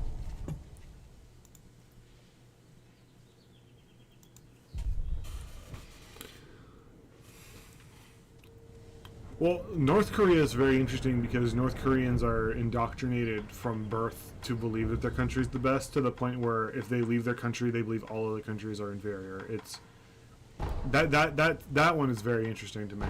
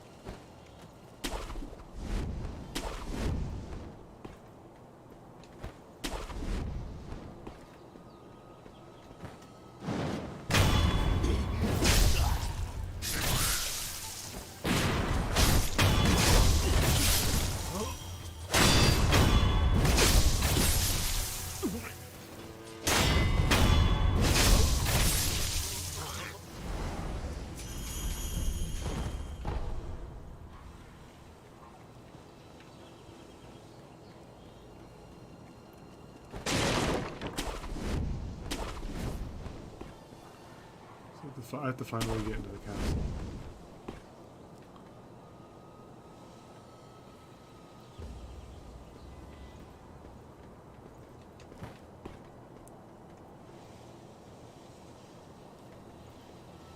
Oh yeah, there's a lot of videos of North Korean defectors. Those are really interesting. I'm a big fan of the channel, I forget what it's called, of like North Korean military talking about all the things that they're like. It's former North Korean military guys talking about the rest of the world and like getting shown stuff for the first time, and it's always really entertaining. Nice. Maybe I can get up there from here. Yes, I can. Sweet.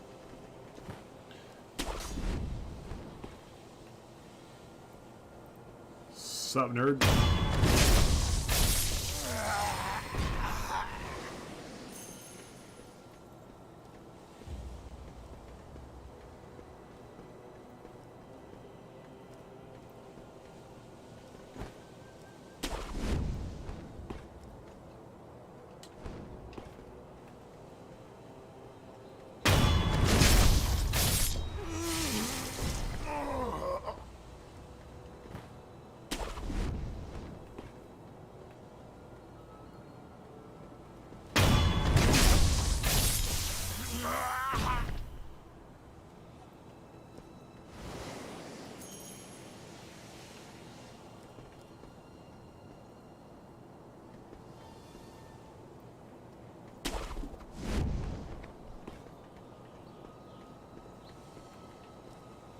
Can I make this jump?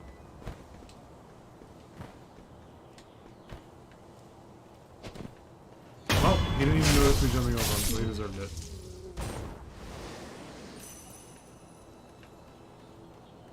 Okay, well, I just led myself back here, so...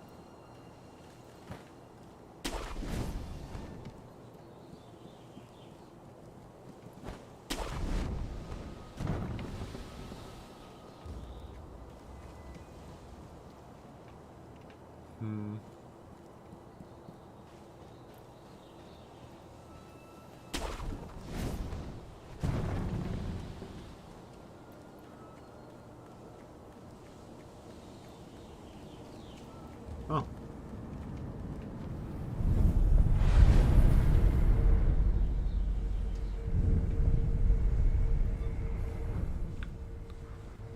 Did you fight the main boss on the roof of the castle yet? No, I haven't. I think that's what I'm supposed to come back here to do.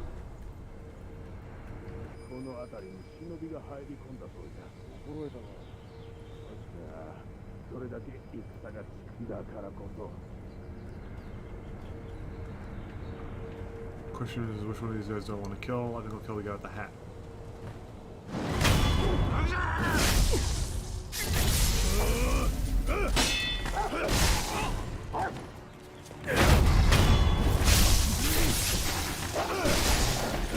Oh yeah, I'm gonna get my ass kicked. Never mind. I am gonna redo that though. That was a really poorly done on my part.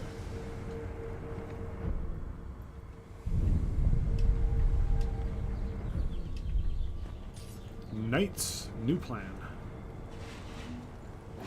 Oh, much better.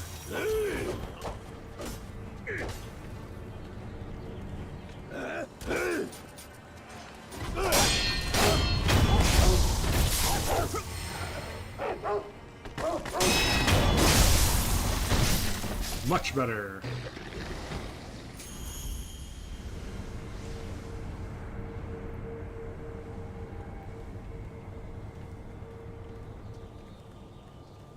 You're going to want to go to...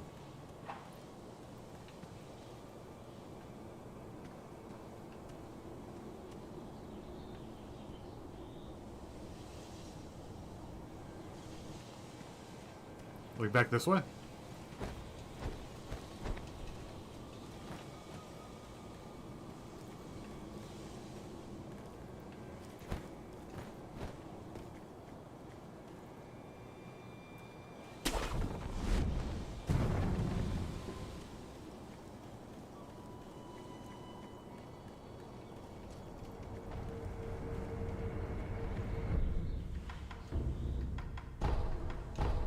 Oops.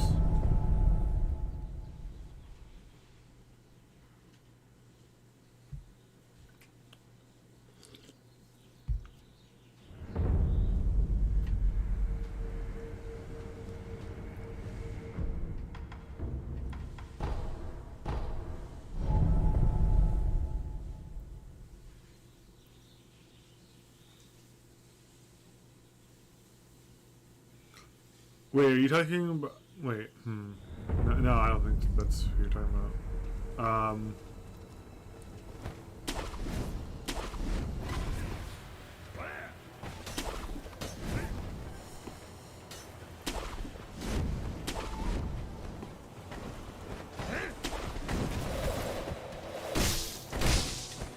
Wow, you're annoying.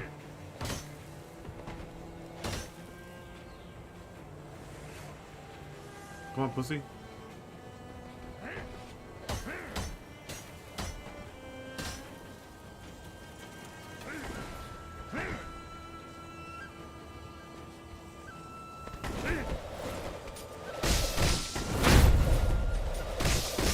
I'm blocking right now.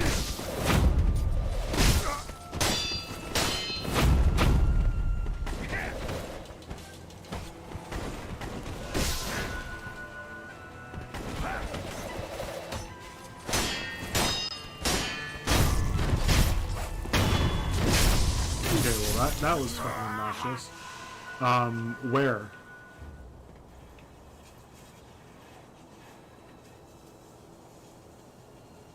You don't want to go to the roofs with the incense burnt? I'm not sure what you mean.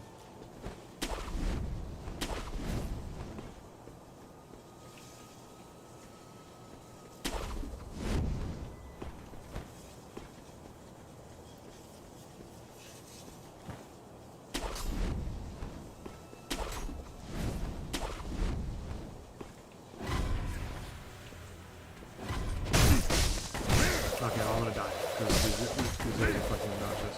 I'll just take that. Bye. See ya.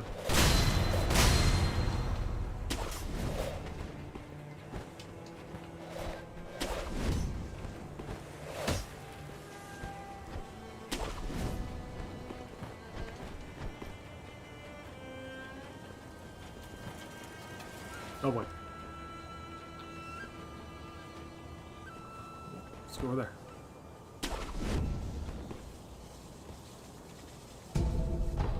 I can't get into the main building from that angle.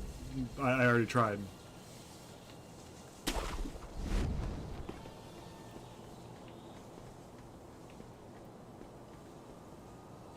now I'm a little concerned. I don't know where to go. Let's go this way, I guess.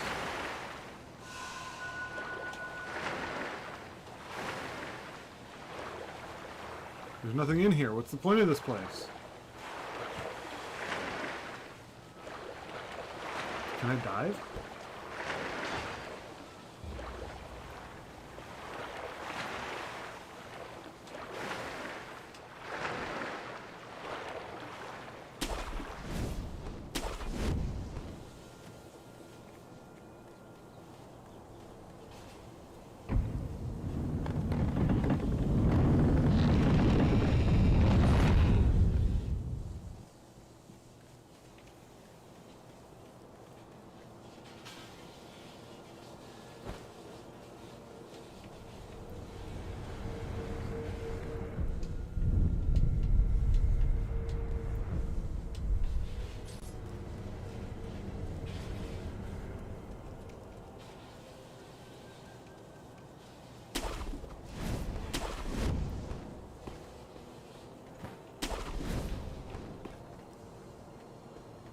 So this building right here.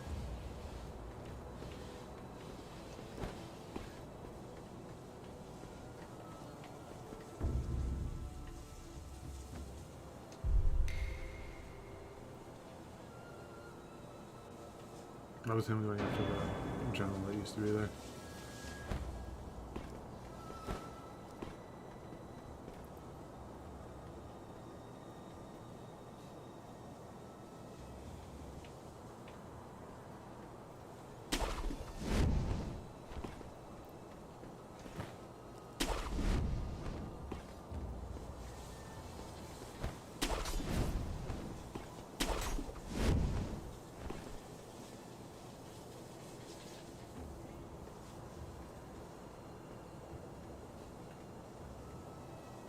Not this time.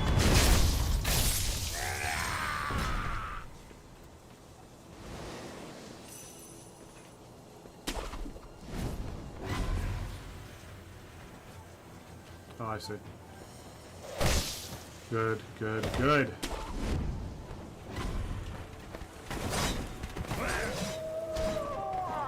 There he is. I knew about that boss.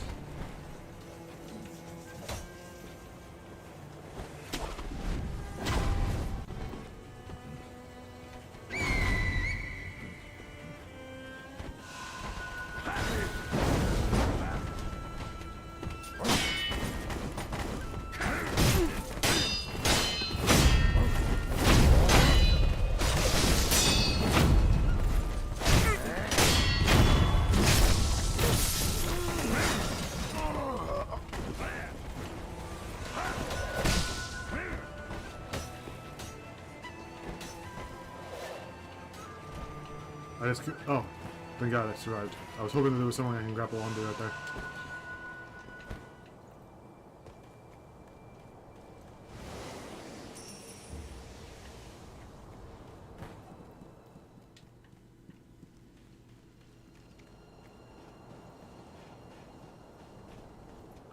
Okay, well obviously I'm not going to be able to fight that boss, right? Fight that with only 1 HP, or 1 healing item, so let's try that again.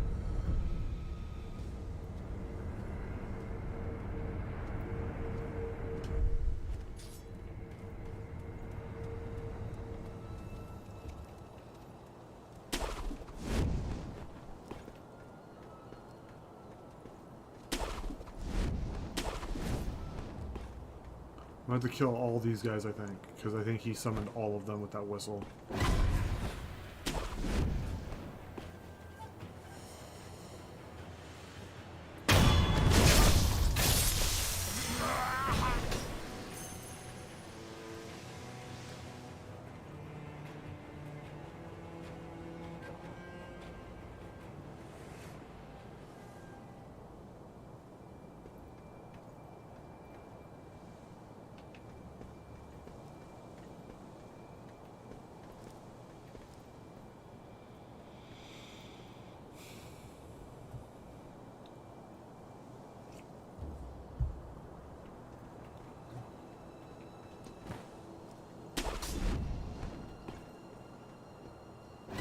Okay, he saw me. That's fine.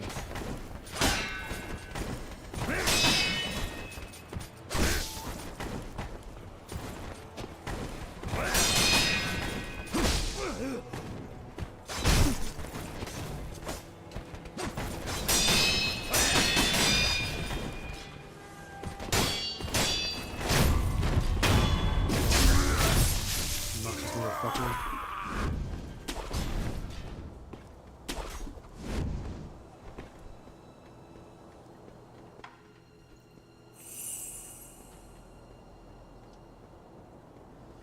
Oh, okay. Looks like that was the one that I killed.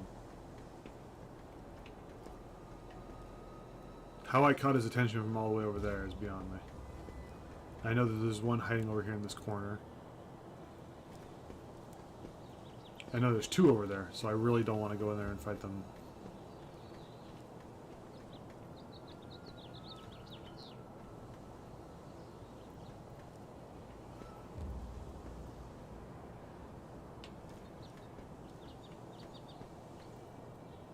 Can I get his attention? Maybe get him to come down here and fight me?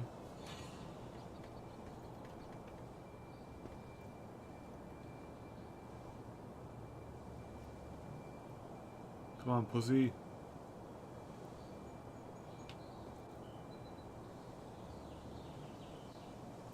Come on.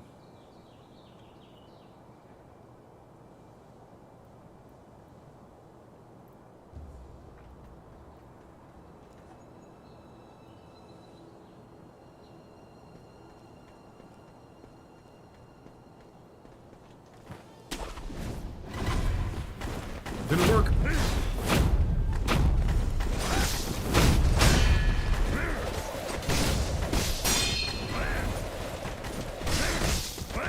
There are 3 of them now. Where did the 3rd one come from?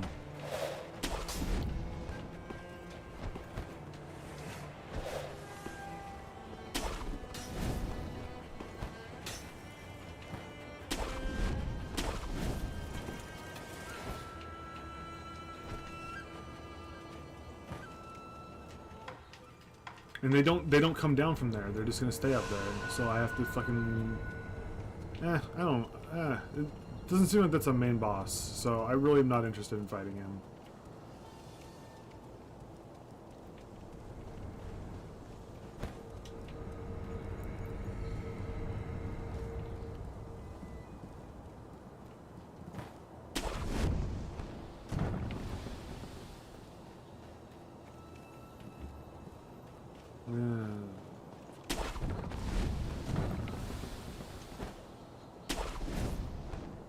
I can't even get to the boss, like, let alone, like, fight him, which is really annoying me.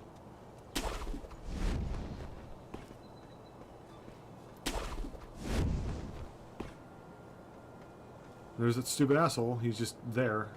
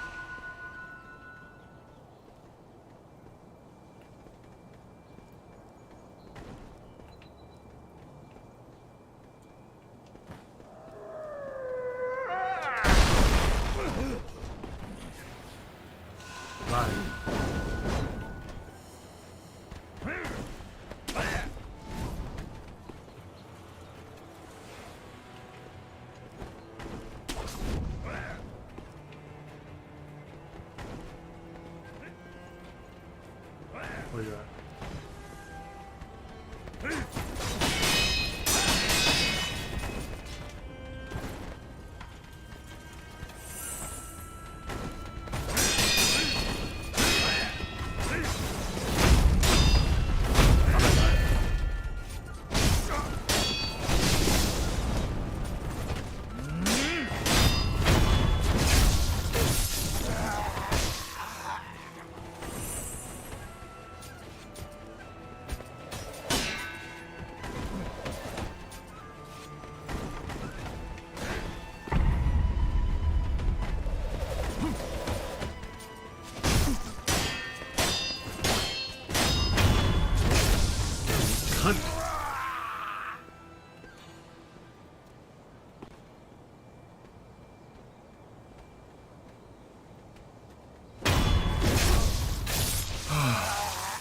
Okay. There's more.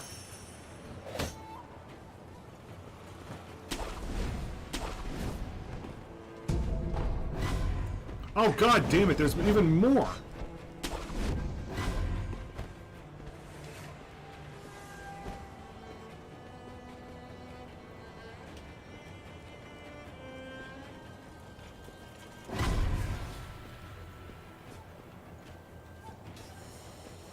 I swear to fucking God.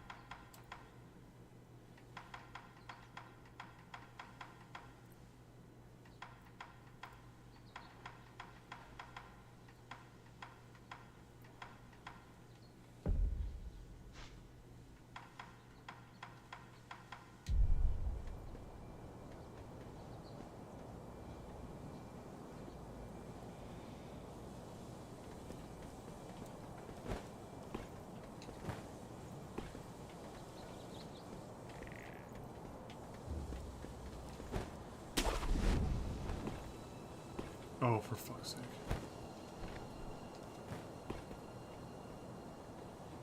Where are you, you son of a bitch?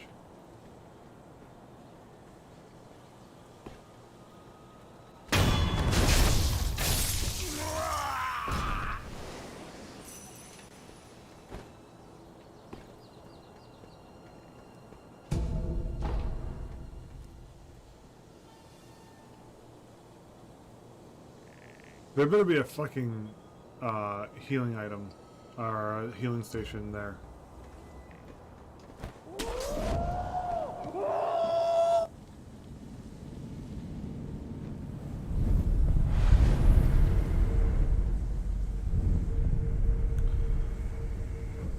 Whew.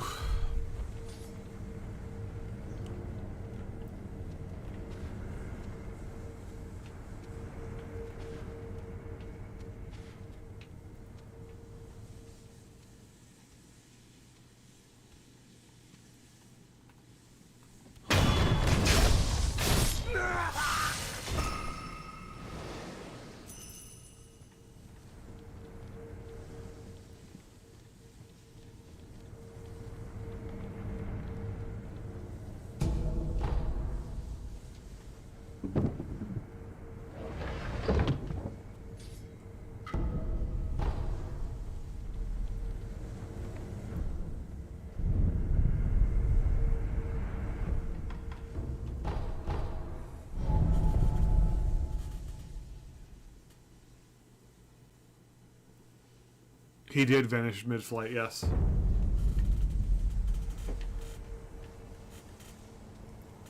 おお、あの時の旦那じゃねえか。俺はここでしばらく旦那にならあき。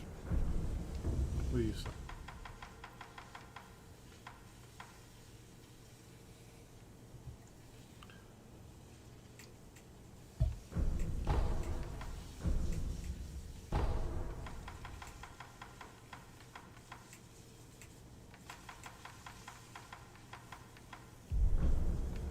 Oh, 昔の供養それにまあ旦那おかしなやナイフがためそろそろ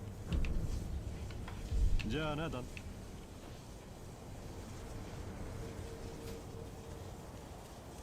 狼殿ではどうしたよどみのあふれでやがて Why do you keep asking him about the dragon rot? It's been explained to you 6 times. Wolf.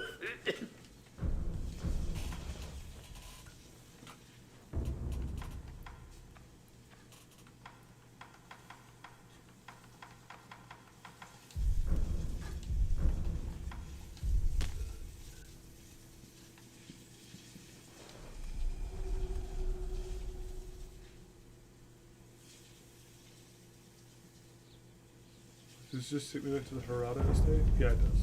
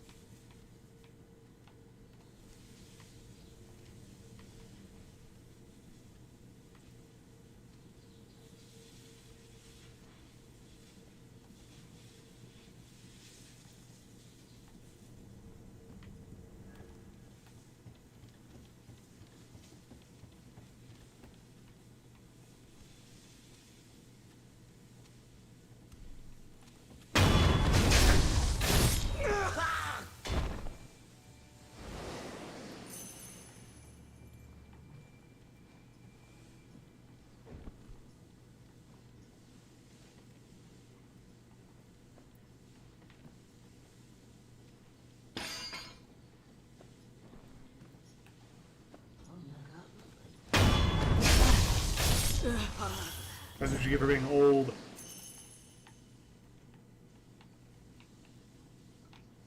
I think I saw Samurai go this way, so I'll go kill him real quick.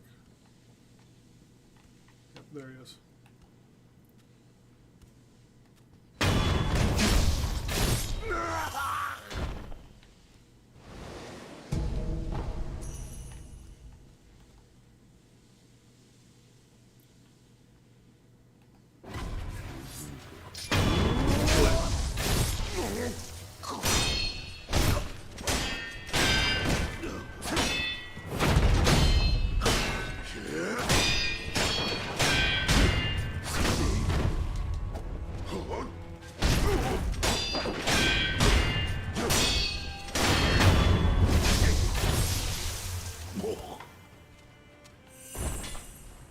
I like fighting those guys.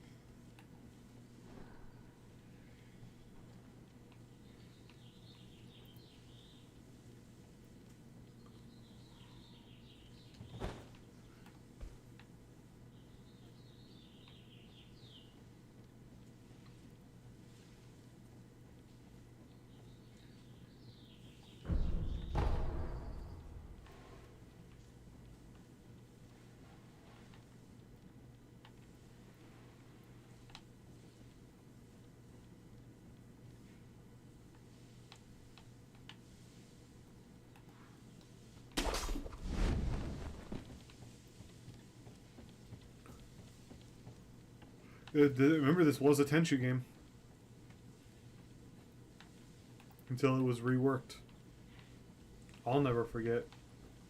I'm gonna kill that person. I don't know what they do, but I'm afraid of them.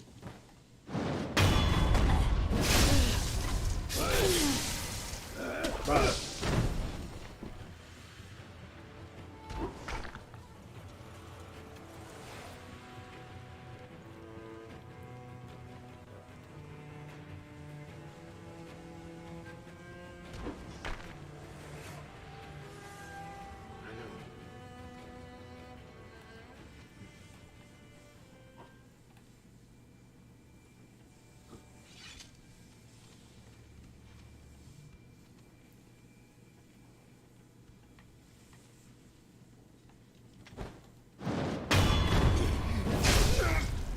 Yeah, feeling bad that he did it again.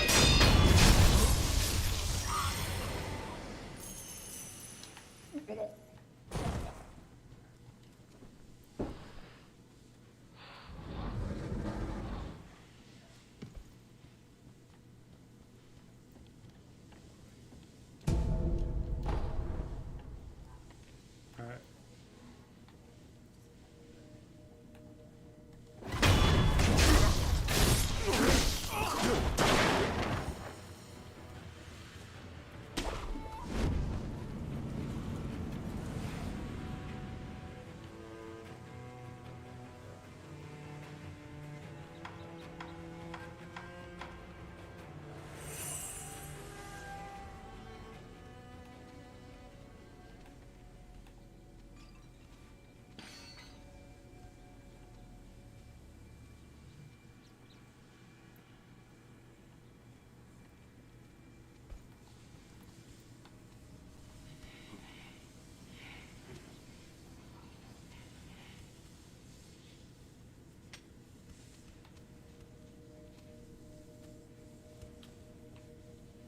You fool.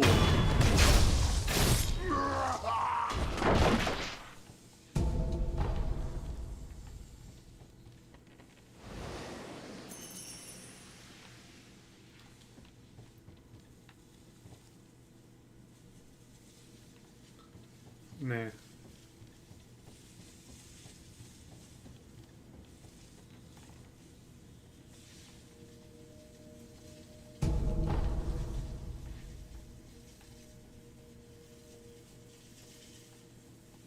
エマだ。あれは一体何なのです？落ち水と呼ばれている。あれがアシナの秘策だと。はい、飲んだものは生中には死ぬとして。その源は、はい、エマだ。私には。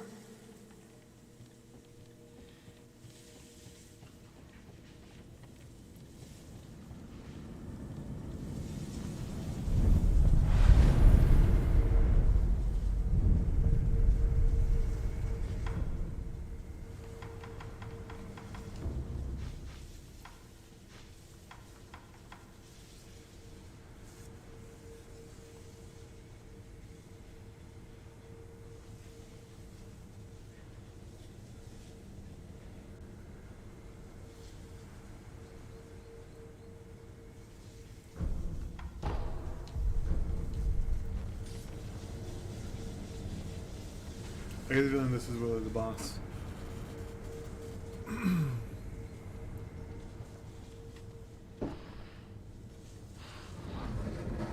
Hell yeah.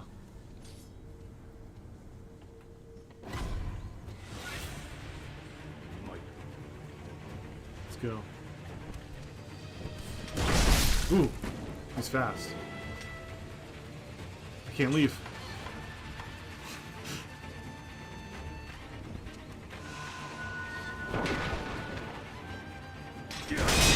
Not that time.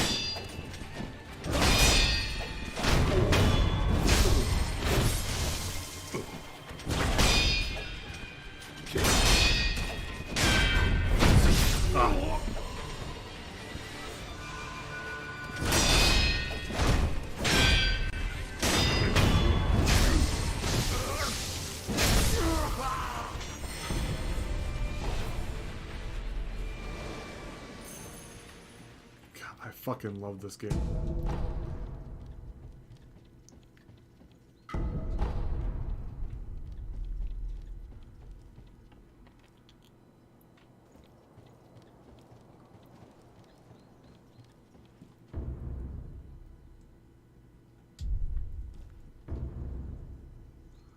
If one is standing on the ground, lightning surges through them, making movement impossible, but if one is struck while in the air, the lightning can be dispelled from the body and sent at an enemy instead. Blank when hit by lightning in air, charge, RB before lightning reversal.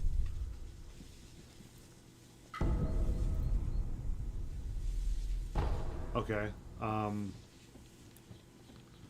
get the feeling that the next boss that I'm fighting has some kind of, lightning thing going on.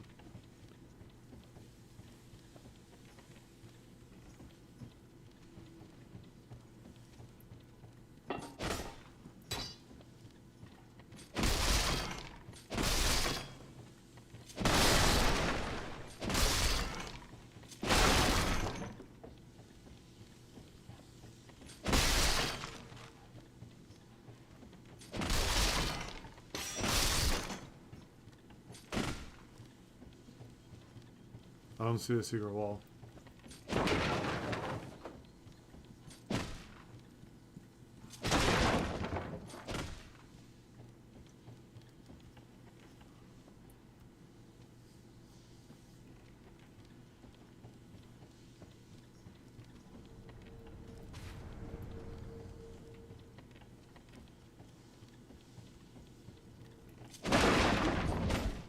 Oh yeah, I forgot there are people. Whoops. Over there!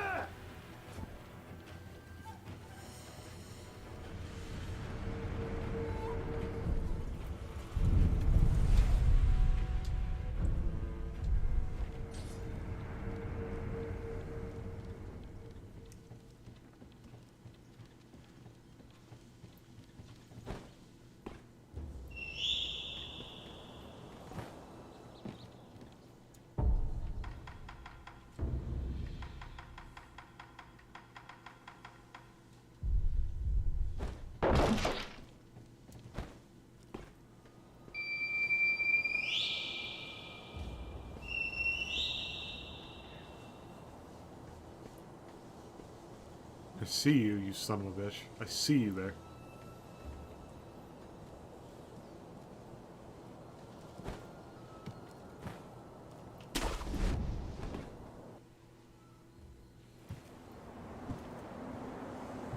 おじい様のご様子はどうだ。一心様は命を保っておられるのが不思議なほどです。そうか。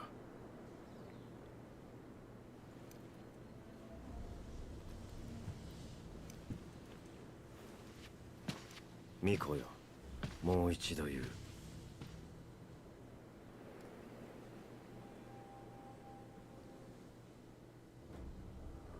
不死のちぎりを俺と結べ。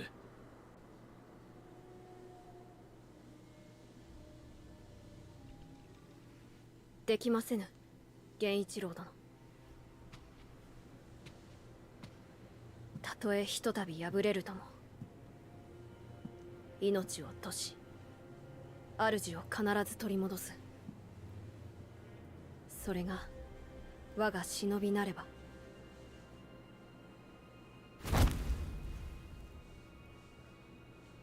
お迎えに参上いたしました。今しばらくお待ちくだされ。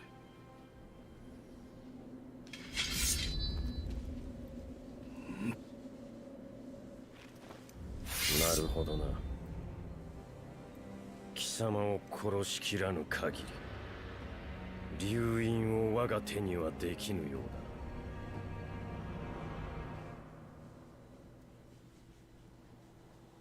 参る。忍びよ、再び間に合えよう。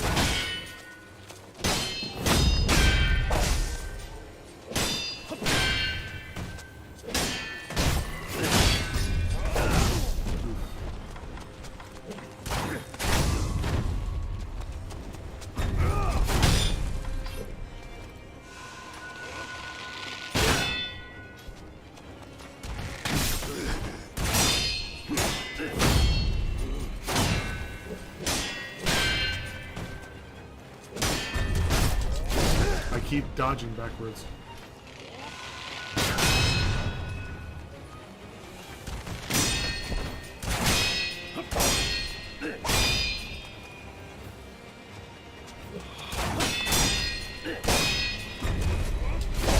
Okay, I dodged to the side that time. Maybe it was.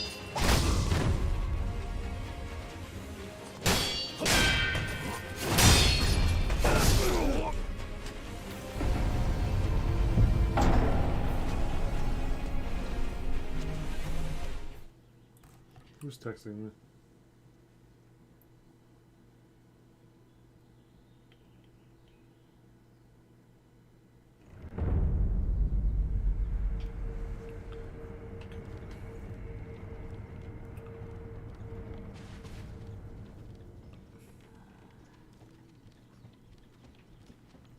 I would assume this is where the lightning counter came in. Oh, actually, I want to check something real quick.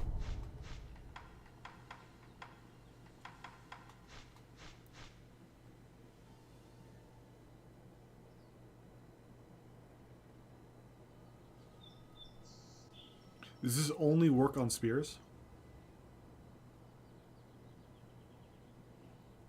Oh, just stomp on an enemy sword to render it. So I should be able to stomp on that. What to say?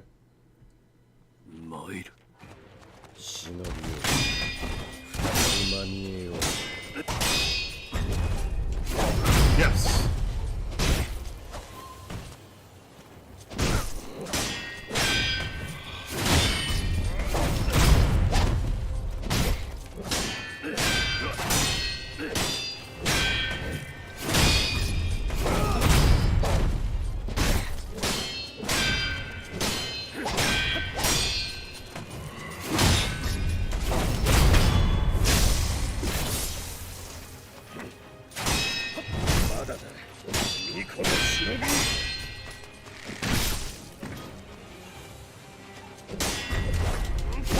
Okay.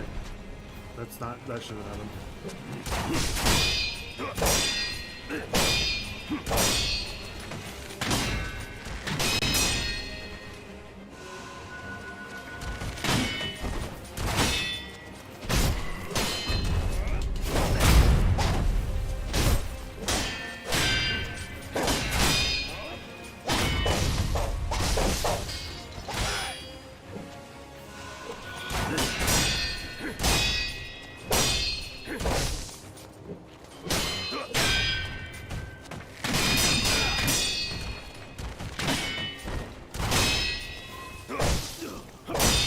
need to just stop swinging at him.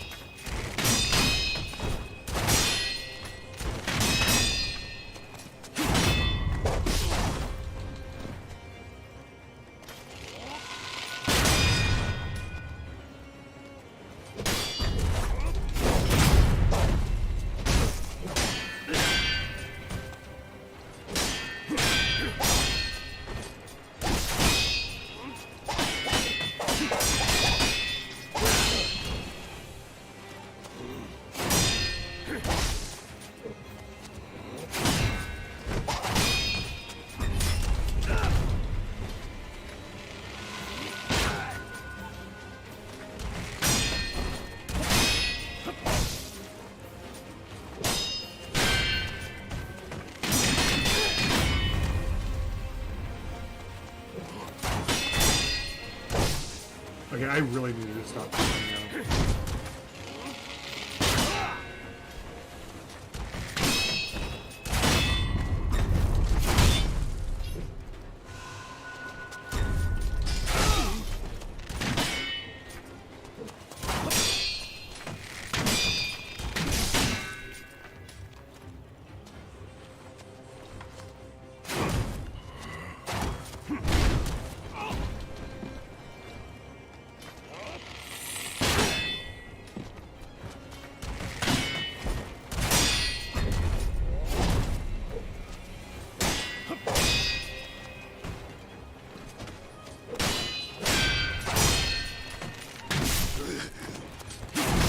Okay, so the did you see what just happened? Where the camera flipped around and I just was I had my back to him for some reason. Explain that to me. ならば殺すまで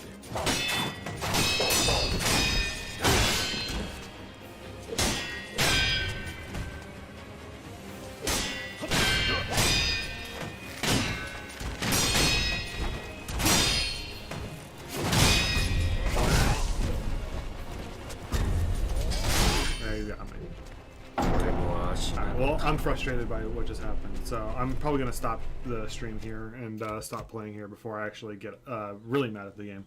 That was frustrating. Do you still play Pistol Whip? That's a message from... oh, it's been a while. Yes, it has. Do you still play Pistol Whip? Yes, I do. I haven't played Pistol Whip in a while, but I'm going to start playing it again. I'm really enjoying it.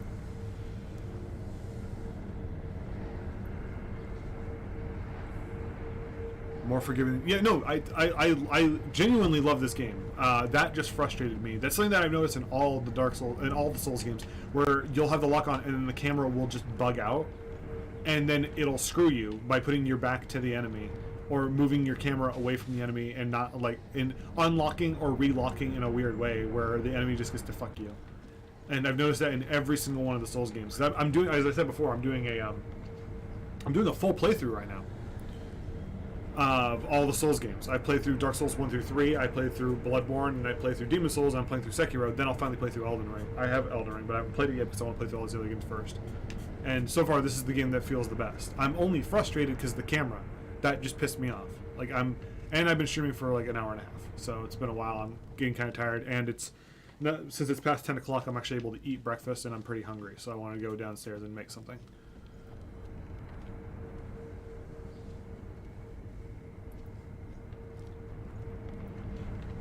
Yeah, so that's just frustrating enough to me that it's like I'm like, all right, I'll take a break. I've been playing for, like I said, an hour and a half. What was it on the topic of Pistol Whip though? Yes, I still play Pistol Whip. My next stream, if I do one in a while, will be Pistol Whip. I've been playing for two and a half hours, longer than I thought. Will be Pistol Whip again. I've been playing it a lot on my Oculus Quest. So that's the only issue is I got an Oculus Quest, and streaming to the Oculus Quest is a little weird. I have to get my my AirLink working again. Actually, if I'm being honest, my next stream is going to be probably on Saturday or Sunday, and it's going to be Guitar Hero. I've been wanting to buy a Guitar Hero guitar for ages. I finally got around to buying myself one. I'm just waiting for the adapter to show up. So my next stream will probably be a Guitar Hero stream. Probably either emulating Guitar Hero 2 on the PS2 or just playing straight up Clone Hero. thanks for the stream. Can't wait for your next one and your new content when the Elden Ring, when you start Elden Ring, stream it. I definitely will. I'm looking forward to playing it. It's been a lot of fun listening to my friends be so excited about it. So I want to be part of that excitement too down the line. Thank you guys for watching. Have a good rest of your guys' day. It's like 10:45 here, so my day has just begun. Have a good one.